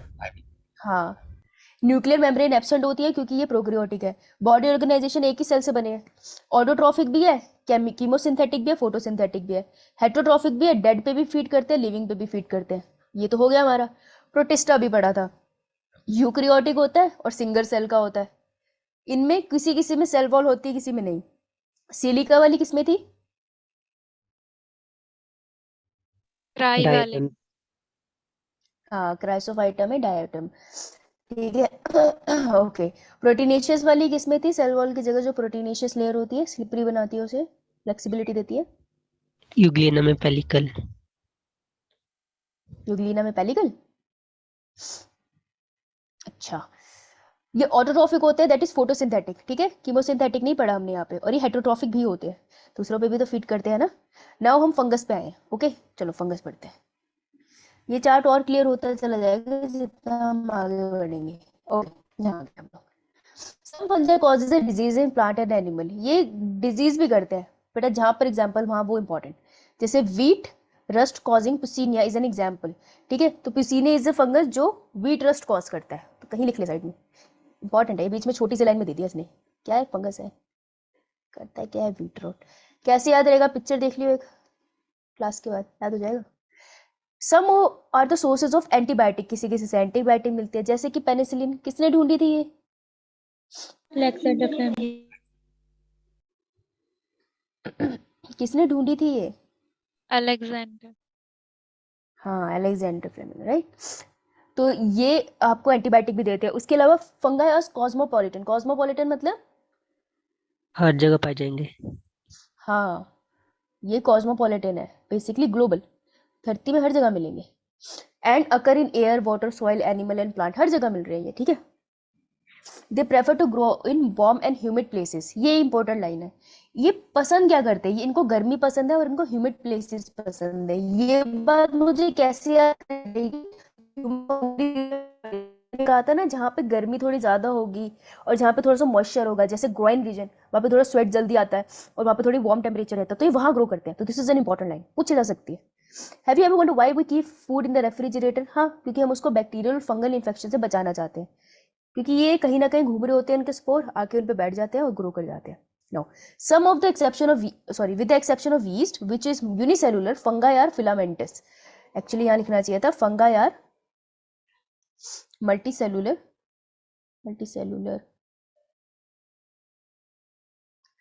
And filamentous. ठीक है, कंफ्यूज करते, गलत लिखा है यहाँ पे।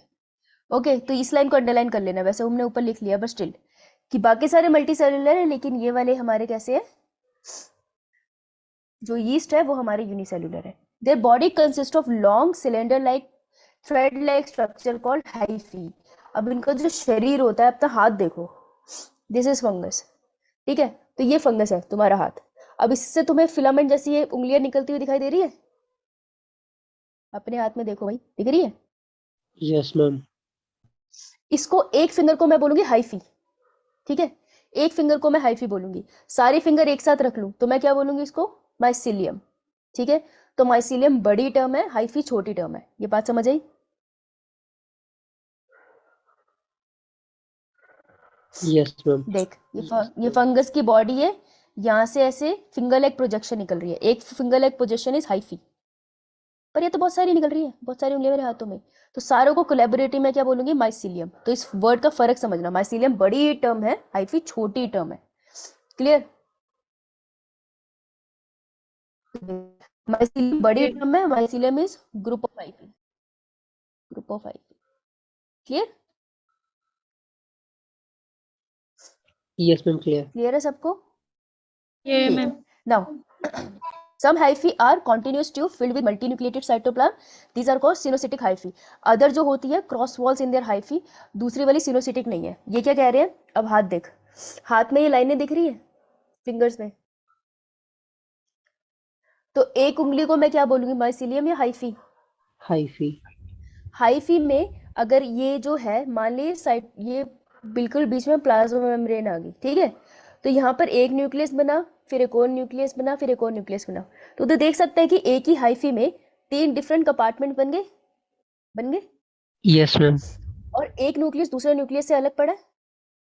Yes ma'am. तो ऐसे वाले हाइफी को मैं बोलती हूँ सेप्टेट। तो जो तुम्हारी फिंगर है वो सेप्टेट हाइफी है, ठीक है। इसको कैसे दिखाऊंगी कि ये देखो ये हाइफी है, अगर ये सब में न्यूक्लियस भरे पड़े होते हैं, ठीक है, अगर एक न्यूक्लियस दूसरे न्यूक्लियस से अलग है थ्रू दिस सेप्टा तो इसे हम बोलते हैं सेप्टेट हाइफी, जैसे कि तुम्हारी फिंगर, ठीक है। पर मान लें यहाँ पे लाइनें ना होती, ठीक है, मान लें यहाँ पे कोई लाइनें कोई डिवीजन नहीं है, सारे न्यूक्लियस ऐसे ही पड़े हैं, एक दूसरे से फ्यूज नहीं कर रहे पर ऐसे ही पड़े हैं, तो जब हाइफी के अंदर न्यूक्लियस ऐसे ही घूम रहे होते हैं तो उसे हम बोलते हैं एसेप्टेट हाइफी।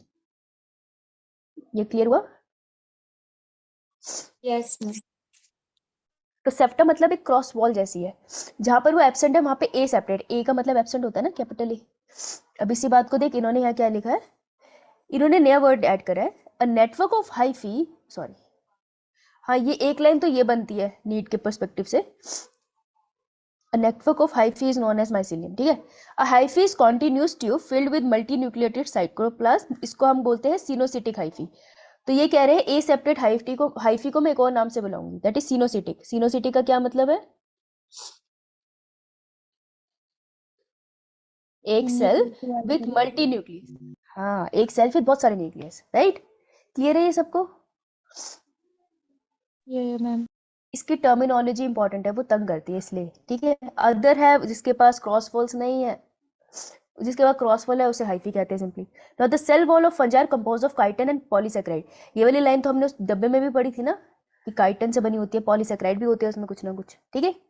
मेन काइटिन है, काइटिन पे डब्बा बनाओ, क्वेश्चन आ सकता है यहाँ से। डन, चले आगे। डन। Yes ma'am. ओके देख, फंगा कैसे है? मल्टी सेलुलर, एक एक्सेप्शन यीस्ट, सैक्रोमाइसिस सर्वेसी, ठीक है। यूकैरियोटिक सेल है, हेटेरोट्रॉफिक in नेचर है। ये 3 पॉइंट सबको क्लियर है? एनसीईआरटी में क्लियर लिखे थे। एक्टिव होना पड़ेगा तुम्हें, नहीं तो सो जाओगे अब। Done ma'am. बहुत बढ़िया, उठ जा भाई उठ जा। ये डायग्राम क्लियर, सबने ले लिया फोटो या बना लिया? डन या नहीं? बहुत बढ़िया। नेक्स्ट। ओहो, अगर थक जाओ तो बोल देना, कोई बात नहीं। अब इसका ये क्या है, सेप्रोफिटिक पैरासिटिक सिम्बायोटिक। सेप्रोफिटिक क्या होता है, क्या रिप्रेजेंट करता है, क्या है ये? रहने की नेचर है, खाने की नेचर है? खाने की नेचर। हाँ, मोड ऑफ न्यूट्रिशन कहेंगे हम इसको। तो मोड ऑफ न्यूट्रिशन इसका सेप्रोफिटिक हो सकता है, मतलब किसको खाते हैं? Dead substance. हाँ, थूक देते हैं उस पे। पैरासिटिक हो सकता है, मतलब या तो बॉडी के अंदर रहेंगे बाहर रहेंगे, जैसे कि रिंग बॉम्ब पैरासाइट था ना। और सिम्बायोटिक मतलब मिल बांट के रहेंगे। तो फंगस मिल बांट के रहती है 2 तरीके से, एक है लाइकन, दूसरा माइकोराइजा। बहुत क्वेश्चन आते हैं इस पे, कंफ्यूजन रहती है कि एल्गा कहाँ लगाना है हमें और पेड़ कहाँ लगाना है, ठीक है। तो फंगस अगर अच्छा वाला खुशी खुशी वाला रिलेशनशिप बना ले पेड़ के साथ, तो पेड़ के स्पेलिंग क्या होते हैं इंग्लिश में? पेड़ को इंग्लिश में क्या कहते हैं? कंट्री। आर आया इसमें? अब लाइकन और माइकोराइजा में किसमें आर आता है? फंगस, जैसे फंगस और ट्री की जो रूट्स होती है, अगर उसमें एसोसिएशन है, उस एसोसिएशन को माइकोराइजा कहते हैं। और स्पेशली पाइनस, पाइनस इसके बिना रह ही नहीं सकता, फंगस के बिना, उसकी रूट्स में हमेशा होता है। और फंगस को अगर एल्गी के साथ दोस्ती करा दोगे तो हम उसे क्या बुलाएंगे? लाइकन्स। इंडस्ट्रियल आपने किसमें पढ़ा ये वाला example? Industrial balance. Industrial melanism में एग्जाम्पल पढ़ा था हमने, याद रह जाएगा। अब आर से माइकोराइजा, आर से ट्री, यस मैम। ये याद करना है तुम्हें, इससे ज्यादा तुम्हें भी आता था। देख, मोस्ट फंजाई आर हेटेरोट्रॉफिक, पता है हमको भाई। Absorb soluble organic matter from dead substances, तो उसको हम कहेंगे saprophyte. Those that depend on living plant, उसको हम कहेंगे पैरासाइट। जो लिव करते हैं मिलकर, हमेशा रहते हैं किसी और के साथ, उसे हम कहते हैं सिम्बायोन्स। अगर वो एल्गी के साथ गले लगे हैं तो लाइकन कहेंगे, और अगर हायर प्लांट के रूट्स के साथ लगे हैं तो माइकोराइजा कहेंगे। ठीक है, क्लियर है सबको? Yes ma'am. एक क्वेश्चन बना, रिप्रोडक्शन इन फंजाई कैसे होता है? वेजिटेटिव मीन से होता है। वेजिटेटिव मीन से कैसे कैसे होगा? एक है फ्रेगमेंटेशन, बॉडी का एक पार्ट टूटा, कहीं जाके गिरा, पूरा का पूरा फंगस उड़ गया उससे। दूसरा है फिजन, एक सेल डिवाइड हुआ, 2 डॉटर सेल बना दिए। तीसरा है बडिंग, शरीर के एक पार्ट में एक बर्ड सा निकला और उससे न्यू ऑर्गेनिज्म आ गया। आगे जब कराऊंगी तब आएगा, तब परेशान नहीं होना। 3 टर्म मैंने यहाँ पे लिख ली, कहीं ना कहीं काम आ जाएगी। Asexual reproduction is by spores, भाई स्पोर्स से होती है असेक्सुअल रिप्रोडक्शन। सबसे ज्यादा दिमाग ये खराब करेगी हमारा, और कुछ नहीं। ठीक है, आओ भाई। लाइक कोनिडिया और स्पोरेंजियोस्पोर और जूस्पोर, ये 3 तरीके के स्पोर्स है। देखो भाई, नीट के पर्सपेक्टिव से सुन लो अभी, बहुत इंपॉर्टेंट है ये नीट के पर्सपेक्टिव से। तो वो क्या बोल रही हूँ मैं, एक कॉपी पे लिख लो कहीं पे, कोनिडिया क्या है, स्पोरेंजियम क्या है, स्पोरेंजियोस्पोर्स क्या है और जूस्पोर्स क्या है। ये तुमको अभी प्लांट वाले में भी काम आएगा। ठीक है, ये बना के छोड़ दो, जब तक ये खत्म होगा तब तक हो जाएगा हमारा काफी हद तक। ओके, और उसमें कुछ ना कुछ और भी ऐड कर लेना, पढ़ लेना। अनसेक्सुअल रिप्रोडक्शन, अब देखो ध्यान से सुनना, बहुत प्यार से इसने बोला असेक्सुअल रिप्रोडक्शन स्पोर से होता है, कहीं लिखो इसे, असेक्सुअल रिप्रोडक्शन और ये sexual reproduction. Asexual reproduction spore से हो रहा है, और स्पोर के 3 नाम दिए इसने, conidia, sporangiospore and zoospore. Sexual reproduction जिन स्ट्रक्चर से हो रहा है उनका नाम है oospores। ये डिटेल में नहीं आएंगे तुम्हें, लेकिन नाम पता होना चाहिए, एस्कोस्पोर्स एंड बेसिडियोस्पोर्स।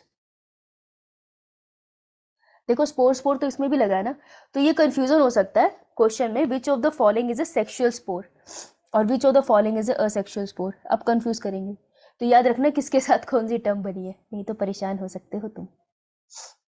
हम इन वाले टर्म्स को तो थोड़ा डिटेल में करेंगे, तो ये तुम्हें असेक्सुअल याद हो जाएगा, तो जो तुम्हें याद नहीं रहेगा वो सारा सेक्सुअल में डाल देना। क्लियर है? कैसे याद करने का कहा मैंने, पढ़ाया कुछ नहीं अभी, समझ आई? Yes ma'am. ठीक है। कुछ जगह पे तो ऐसे ही रटा आएगा यार, कुछ तो करना पड़ेगा। The various spores are produce in distant structure called fruiting body. मैंने कहा था ना, जहाँ स्पोर्स बनते हैं उस जगह को क्या बोलते हैं, फ्रूटिंग बॉडी। यही बात इन्होंने यहाँ लिखी है। सेक्सुअल साइकिल में क्या होता है उसके बारे में बात करेंगे, पहले थोड़ा सा पढ़ लेते हैं। आओ, फंगाई को भी आगे हम डिवाइड करेंगे। अब मुझे बताओ, ए फॉर एप्पल होता है, बी फॉर बॉय होता है, ए बी सी डी, खत्म कहाँ पे होता है, लास्ट अल्फाबेट कौन सा होता है, Z. जेड। जेड। फंगस सब कुछ उल्टा सीधा कर देता है, तो याद रखना फंगस की जब हमने डिवीजन की थी हमने जेड से स्टार्ट किया था। जाइगोमाइसीट, तो उसका सबसे पहला ग्रुप है जाइगोमाइसीट, उसी को फाइकोमाइसीट्स भी कहते हैं। फाइको याद रहे ना रहे, जाइगोमाइसीट याद रख लेना। ठीक है, तो zygomycete which is also known as phycomycete. उसके बाद आएगा ए फॉर एप्पल, एस्कोमाइसीट, फिर बी फॉर बॉय, बेसिडोमाइसीट, फिर सी की बात ही नहीं हो रही, डी फॉर डेट्रोमाइसीट्स सबसे इजी है, तो तुम्हारे को बस स्टार्टिंग में तीनों में एक्चुअली सबसे ज्यादा मेहनत फाइकोमाइसीट्स में करनी है, उसके बाद वाले इजी हो जाएंगे। डेट्रोमाइसीट्स तो बहुत इजी है, कुछ पढ़ना नहीं है उसमें। इतना क्लियर है क्या पढ़ने वाले? Yes, ma'am. जैसे ही थक जाओगे बोल देना, तभी बंद कर देंगे, तुम्हारे लिए ही है क्लास, कोई चक्कर नहीं है, मैं कल भी पढ़ा लूंगी। फाइकोमाइसीट्स का दूसरा नाम Zygomite. जाइगोमाइसीट्स। देखो कैसे याद रहेगा, इन सब में जो हाइफी होती है सिर्फ इसमें ए सेप्टेट होता है।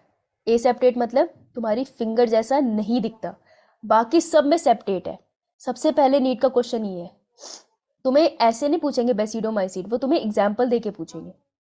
ठीक है, तो तुम ना इसका एग्जाम्पल याद कर लो, जाइगोमाइसीट या फाइकोमाइसीट का, इसका एग्जाम्पल याद कर लो, बस वो है जो ए सेप्टेट है और अनब्रांच्ड है, बाकी सब के सब सेप्टेट एंड ब्रांच्ड होंगे। क्लियर? Yes, ma'am. देखो ब्रांच कैसा भी बताती हूँ, पर इतना तो क्लियर हो गया ना, थोड़ा तो याद हो जाएगा। देख ये होते हैं एसेप्टेट, ये है ये हमारा फंगस है, ये फंगस की बॉडी है, उसके ऊपर फिंगर जा रही है। एक फिंगर को क्या बुलाऊं मैं, माइसीलियम या हाइफी, है ना? और ये एसेप्टेट है, मतलब कि न्यूक्लियस फ्रीली फ्लोटिंग होगा। Yes ma'am. एसेप्टेट के लिए दूसरी टर्म क्या थी बच्चे? सिनोसिटिक। सिनोसिटिक, है ना?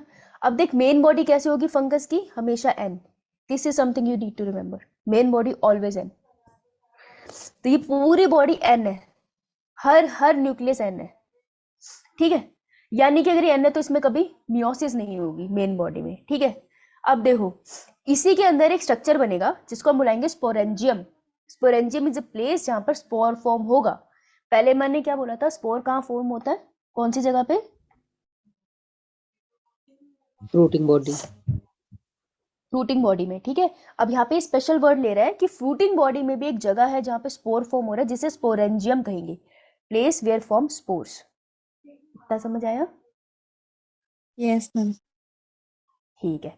अब देखो ये है फ्रूटिंग बॉडी, यहाँ पे जो गोलू बन गया ये है हमारा स्पोरेंजियम। स्पोरेंजियम के अंदर बनते हैं स्पोर्स। देखो ये जो न्यूक्लियस है ना, यही डिवाइड होते हैं और बहुत सारे सेल्स में चेंज हो जाते हैं, ठीक है। लेकिन ये ऑलरेडी एंड स्टेज में थे, तो क्या इनमें मियोसिस होगी? No, ma'am. नहीं। तो ये कैसे डिवाइड होते हैं? माइटोसिस से। ये माइटोसिस से डिवाइड होंगे, फिर ये देख क्या होगा, यहाँ पे ये ऐसे फट जाएगा और सारे के सारे स्पोर्स बाहर रिलीज हो जाएंगे, दिख रहा है? Simple. This is a asexual phase. तो फाइकोमाइसीट का असेक्सुअल फेज में कोई परेशानी? कुछ भी नहीं हो रहा, माइटोसिस हो रही है बस, और एक नया वर्ड डाल दिया स्पोरेंजियम, और कुछ नहीं किया इन्होंने। तुमको बस यही याद रखना है कि यहाँ माइटोसिस होगी सिर्फ, मियोसिस नहीं होगी, क्योंकि मेन बॉडी एन ही है। That's it. क्लियर? नहीं? अच्छा। जो स्पोर्स बाहर निकले हैं वो दो तरीके के हो सकते हैं, जूस्पोर, ए प्लेनोस्पोर्स। अभी इसकी डिटेल में नहीं जाएंगे, नहीं तो मर सकते हैं हम सब लेकिन वहां लिख लो कौन से स्पोर्स रिलीज हुए, दो टाइप के, जूस्पोर्स और ए प्लेनोस्पोर्स, ठीक है। आएंगे इस पे, डोंट वरी।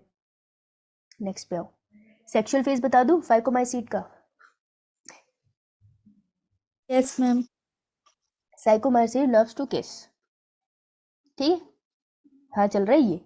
देखो सेक्सुअल स्ट्रक्चर तो कोई ऐसे है नहीं इनको। सेक्सुअल रिप्रोडक्शन का मतलब क्या होता है?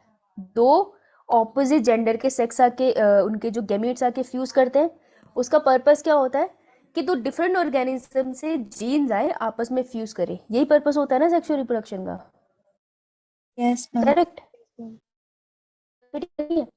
ये क्या कह रहा है कि सेक्सुअल रिप्रोडक्शन तो ऐसे तो पॉसिबल नहीं है, लेकिन एक तरीका है।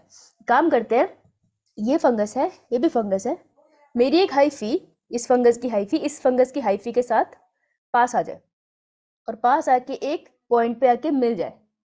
जहां पे ये मिलेंगे ना एक दूसरे से, वहां पर ये अपने न्यूक्लियस को एक्सचेंज कर लेगी, ठीक है। वहां पे अपने न्यूक्लियस को एक्सचेंज करके एक न्यू फंगस का फॉर्मेशन कर देगी। इतनी बात समझ आई?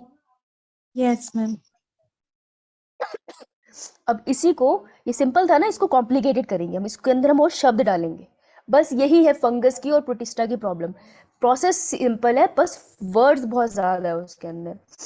ओके, तो दो हाइफी थी, दो फंगस है, अलग अलग फंगस है, दो हाइफी है, पास आई, कुछ नहीं किया उन्होंने, वो जहाँ पे फ्यूज हुई है ना, अपने उन्होंने न्यूक्लियस एक्सचेंज कर लिया है, दैट्स इट। और न्यूक्लियस एक्सचेंज करके जो नया फंगस बना है उसने पूरा प्लांट बना, मतलब पूरा फंगस बना दिया।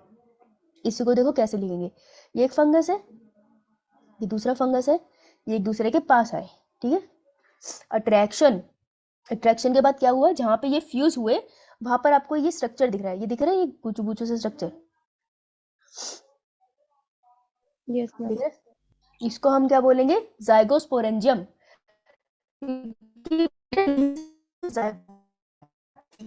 जाइगोट रियल में जाइगोट नहीं है, ये स्पोर से रिलेटेड है, तो उसको हम अजीब सा नाम देंगे, जाइगोस्पोरेंजियम। क्लियर? Yes, ma'am. ये इनका जाइगोट ही है। अब नाउ जब ये फ्यूज पास आए तो क्या उसी टाइम साइटोप्लाज्म फ्यूज हो गया या न्यूक्लियस फ्यूज हो गया? अब ये बात है, देखो पहले क्या हुआ, ये fungus number 1 and fungus number 2 के बीच में, पहले इनके बीच में होगी प्लाज्मोगेमी फर्स्ट। प्लाज्मोगेमी का क्या मतलब है, इनका साइटोप्लाज्म फ्यूज होगा, ठीक है। ध्यान से देखना इस चीज को, जब ये पास आए तो इनका पहले साइटोप्लाज्म फ्यूज हुआ और उन्होंने ऐसे बल्जी सा स्ट्रक्चर बना दिया, ठीक है। अभी इनका जो न्यूक्लियस है वो अलग अलग ही पड़ा है, अभी उसमें दोस्ती नहीं हुई है, बस साइटोप्लाज्म फ्यूज हुआ है। तो first step is plasmogamy. Plasmogamy is what? It is a fusion of cytoplasm, so it is a process, okay. Plasmogamy एक प्रोसेस है, जाइगोस्पोरेंजियम उस स्ट्रक्चर का नाम है। ये बात समझ आई? Yes, ma'am. Plasmogamy is followed by karyogamy. Karyogamy का मतलब क्या है? अब न्यूक्लियस भी फ्यूज हो जाएंगे। ठीक है, क्लियर? Yes, ma'am. तो ये पूरे स्ट्रक्चर का नाम बता दे फिर क्या है? क्या बोला मुझे? जाइगोस्पोरेंजियम। जाइगोस्पोरेंजियम, उसके अंदर न्यूक्लियस फ्यूज हो रहे हैं। देख, अब जब न्यूक्लियस फ्यूज हो गए, एक एन था एक एन था, कितना न्यूक्लियस हुआ ये? अब 2n। 2n है ना बेटा, बनाने स्पोर है, स्पोर हमेशा n होते हैं, तो क्या होगी इसमें? मियोसिस 1 and 2 हमेशा दोनों होती है। मियोसिस 1 and 2 होगी, तो उसके बाद क्या बनेगा? आपको स्ट्रक्चर पे छोटे छोटे से स्पोर बने हुए दिखाई देंगे, इसको जाइगोस्पोर्स कहेंगे। ठीक है, जो हैप्लॉइड होंगे, फिर ये स्पोर यहाँ से झड़ेंगे और जहाँ पे जाके गिरेंगे वहां पे नई जनरेशन हो जाएगी। तो स्पोर्स तो सेक्सुअल में भी बन रहे थे, सेक्सुअल में भी बन रहे हैं, इनकी मर्जी, क्या मर्जी बने। Is it clear?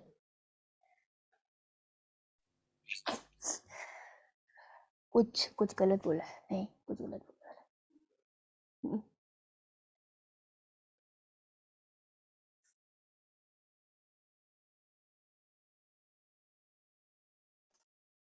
स्पोर्ट्स नाम गलत लिखा है, जू स्पोर्ट्स नहीं है, ये नाम काट लेना। कौन से वाले स्पोर्ट्स है मुझे याद नहीं, लेकिन ये जू स्पोर्ट्स नहीं है, गलत बोला मैंने। क्लियर? बाकी सब सही है? क्लियर हो जिंदा? Ma'am. Clear ma'am. आगे पढ़ा दूं? Yes, ma'am. दीदी तुमको ये लाइन समझ आ जाएगी अब बढ़ाऊं? अब देखो बड़ा मजा आएगा पढ़ने में। The sexual cycle involve 3 steps. ये देखो, ये इतना इतना जो हाई फाई करके लिखा है ना इन्होंने, यहीं से 4 नंबर का क्वेश्चन देंगे ये। Fusion of protoplasm between 2 motile and और non motile gametes called plasmogamy. Plasmogamy कुछ नहीं है, फ्यूजन ऑफ प्रोटोप्लाज्म हो रही है उसकी। ठीक है, protoplasm basically they are talking about their cytoplasm. वो ना फंगस ए और 2 के साइटोप्लाज्म की फ्यूजन हुई थी जब। फ्यूजन ऑफ 2 न्यूक्लियाई, फिर कैरियोगैमी होती है, न्यूक्लियस फ्यूज होते हैं। मियोसिस इन जाइगोट, अब इसकी वजह से जो जाइगोट बना उसके अंदर क्या हो गई? मियोसिस। मियोसिस होगी जिसकी वजह से हैप्लॉइड स्पोर्स बन जाते हैं। अब समझ आ गई है क्या लिखा है? Yes ma'am. पहले कितना खतरनाक लग रहा था ये, अब थोड़ा इजी हो गया।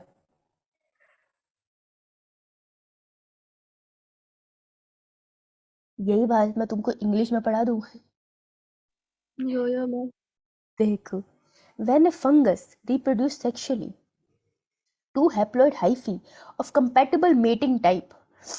ठीक है, तो जब फंगस सेक्सुअली रिप्रोड्यूस करता है तो 2 हैप्लॉइड मतलब n, क्योंकि main plant body of fungus is n के हाइफी कंपैटिबल पास में आते हैं। कंपैटिबल होनी चाहिए ना, उनकी राशि वाशी मिलनी चाहिए। Compatible hyphae come together and fuse, उनमें होगी किसी।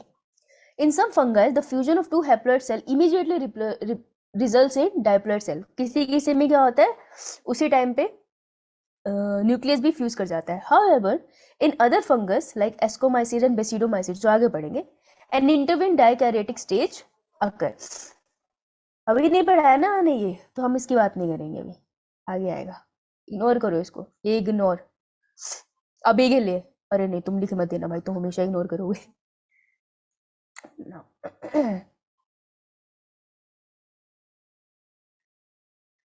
नीचे आओ। The morphology of the mycelium. Mycelium का हिस्सा दिखता है। माइसिलियम क्या है, ये या पूरा स्ट्रक्चर? पूरा स्ट्रक्चर। Pura structure. फॉर्मेशन कैसे? स्पोर बना। Fruiting bodies form the basis of division of kingdom into various classes. क्या बात है, किंगडम डिफरेंट क्लासेस में डिवाइड हुआ है इसकी वजह से। तो जो तुम खतरनाक नाम पढ़ रहे हो इसी की वजह से आए हैं, इन सब फीचर्स की वजह से आए हैं। ओहो, ये क्लियर हुआ सबको? फाइकोमाइसीट्स यो मैम। एस्कोमाइसीट्स पढ़ा दूं? Yes ma'am. फाइकोमाइसीट्स पढ़ाया नहीं मैंने अभी तक। अच्छा, मैं तो जनरल फीचर पढ़ाती है भगवान, वही मैं कहूँ ये बीच में ये क्यों लिख रहे हैं? अच्छा, member of Phycomyces are found in aquatic habitat and on decaying wood in moist damp places as obligate। बहुत ज्यादा गहरी बातें लिखी है इसमें, जो फाइकोमाइसीट्स होते हैं ना एक्वेटिक, पानी में मिलते हैं और डिके करती सड़ती हुई लकड़ी के ऊपर मॉइस्ट एंड डैम्प प्लेस जहाँ पे थोड़ी शेड हो और जहाँ पे थोड़ा थोड़ा गीला हो। और एज ऑब्लिगेट पैरासाइट्स, ऑब्लिगेट मतलब कंपल्सरी। कंपल्सरी, हाँ। तो एज ऑब्लिगेट पैरासाइट, कुछ प्लांट्स के ऊपर एज ए कंपल्सरी पैरासाइट है ये। समझ रहे हो, तुम उसके बिना, प्लांट के बिना रह नहीं पाएंगे, मर जाएंगे, समझ आई। द माइसीलियम इज एसेप्टेट, ये रहा नीट का क्वेश्चन। मैं मजाक नहीं कर रही, सच में ऐसे ही आता है क्वेश्चन, बहुत नहीं हो पाता सॉल्व क्योंकि एग्जाम्पल याद नहीं होते। तुमसे पूछेगी राइसोपस पे तुमको कैसे वाला हाइफा है, एसेप्टेट या सेप्टेट, बताओ, ऐसे पूछते हैं। और ये सिनोसिटिक भी होता है, दो खतरनाक वर्ड है ये। Asexual reproduction take place by zoospores, ठीक है, तो एसेक्सुअल रिप्रोडक्शन जूस्पोर की वजह से हो रही है। एंड बाय एप्लेनोस्पोर्स, एप्लेनोस्पोर्स जो होते हैं वो नॉन मोटाइल होते हैं। तो मैंने कहा था ना स्पोर आगे जाके थोड़े थोड़े क्लियर होंगे। तो जू का मतलब जब तुम जू में जाते हो तो वहां पे तुमको जानवर दिखते हैं ना चलते फिरते, ऐसे याद करना। जू स्पोर्स वो स्पोर होते हैं जो मोटाइल है, ठीक है। एप्लेनोस्पोर जो वो स्पोर्स है जो मोटाइल नहीं है, चल नहीं सकते। Is it clear? Yo ma'am. These spores are endogenously produced in sporangium. ओहो, स्पोरेंजियम का है, पीछे आओ पीछे आओ, कॉपी में देख के देखो। ये स्पोरेंजियम था, अंदर की तरफ बने ना स्पोर्स, बाहर तो नहीं लग रहे बॉडी से, इसलिए ये स्पोर कैसे है, एंडोजिनस, यही लिख ले, एंडोजिनस। ये क्वेश्चन आता है नीट में, पूछते हैं, ये बहुत रूल आते हैं, यहीं पे रोल ले, ठीक है।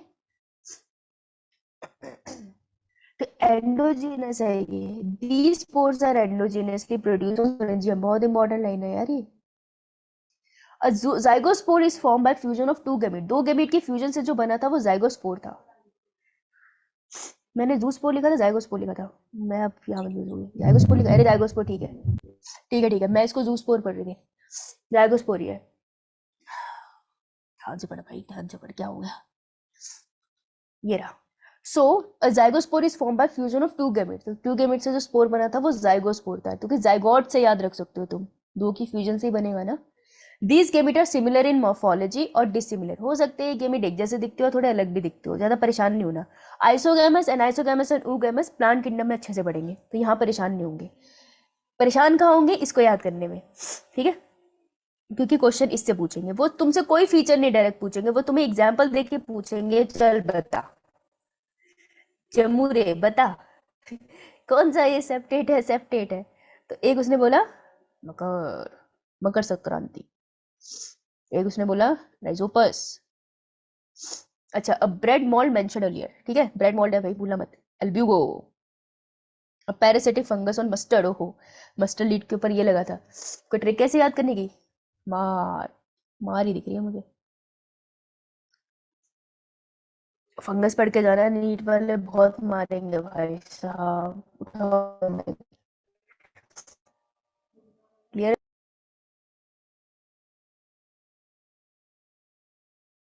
हेलो, हो या चले गए? मैम वीडियो आपकी ना ठीक नहीं आ रही थी, ऑडियो आ रही है? बीच में Yes, लैग ma'am. हो गई। लैग हो रही थी।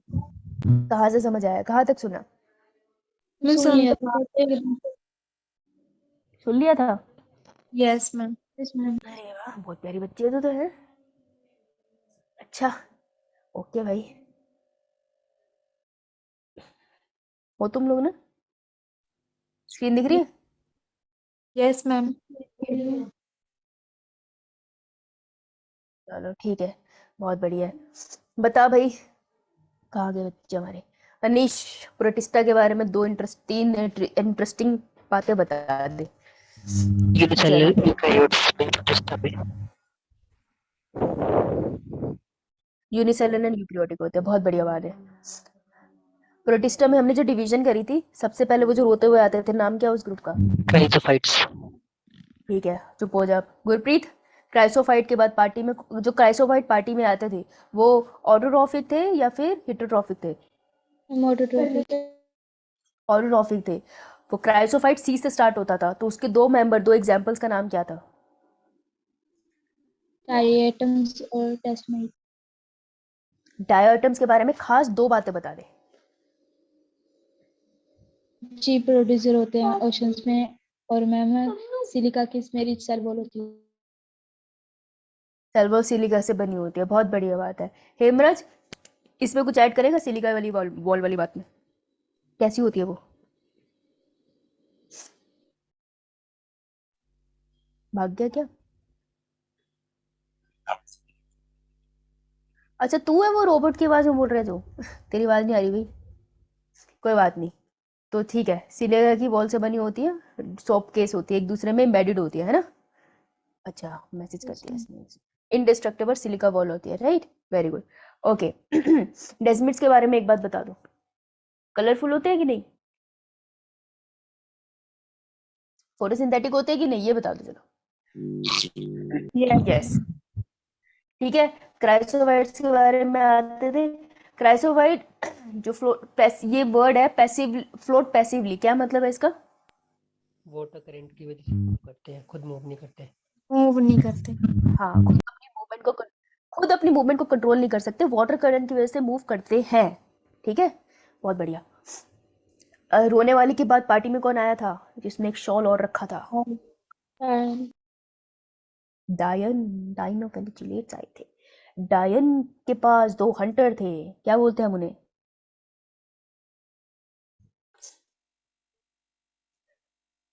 दो हंटर थे, क्या बोलते हैं उन्हें? अच्छा ऐसा करोगे तुम, क्या बोलते हैं भाई उन्हें? डायन ऑफ एलिचिलेट्स के पास ट्रांसवर्सली था और एक हॉरिजॉन्टली। फ्लैजिला।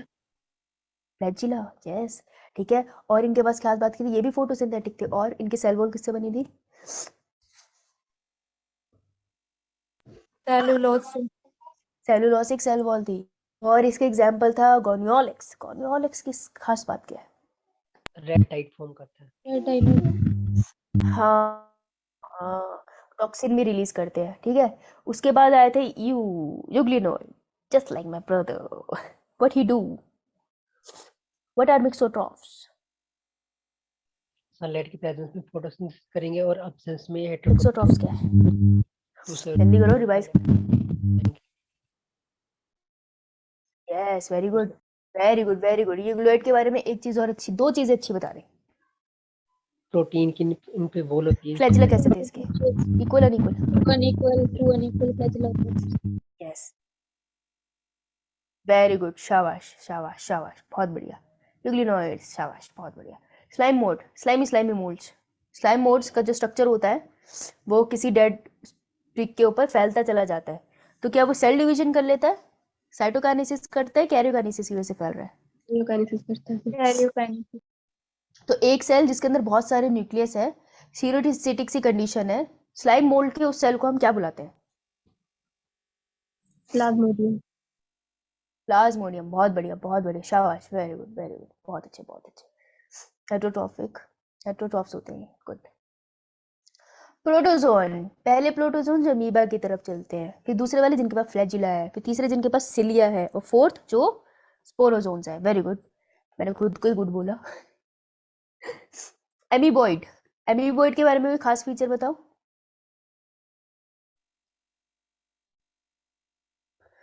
एमीबॉइड प्रोटोजोन के बारे में कोई खास बात? मैम इनकी अमीबा की तरह इरेगुलर शेप होती है और सूडोपोडिया जैसे बनाते हाँ, अमीबा ही होते हैं बेसिकली इसमें, वन ऑफ द एग्जाम्पल, और सूडोपोडिया बनाते हैं, गुड। फ्लैजिलेट कौन सी वाली डिजीज कॉज करने वाला एग्जाम्पल है इसमें? हैं। Sleeping sickness, ट्राइपेनोसोम।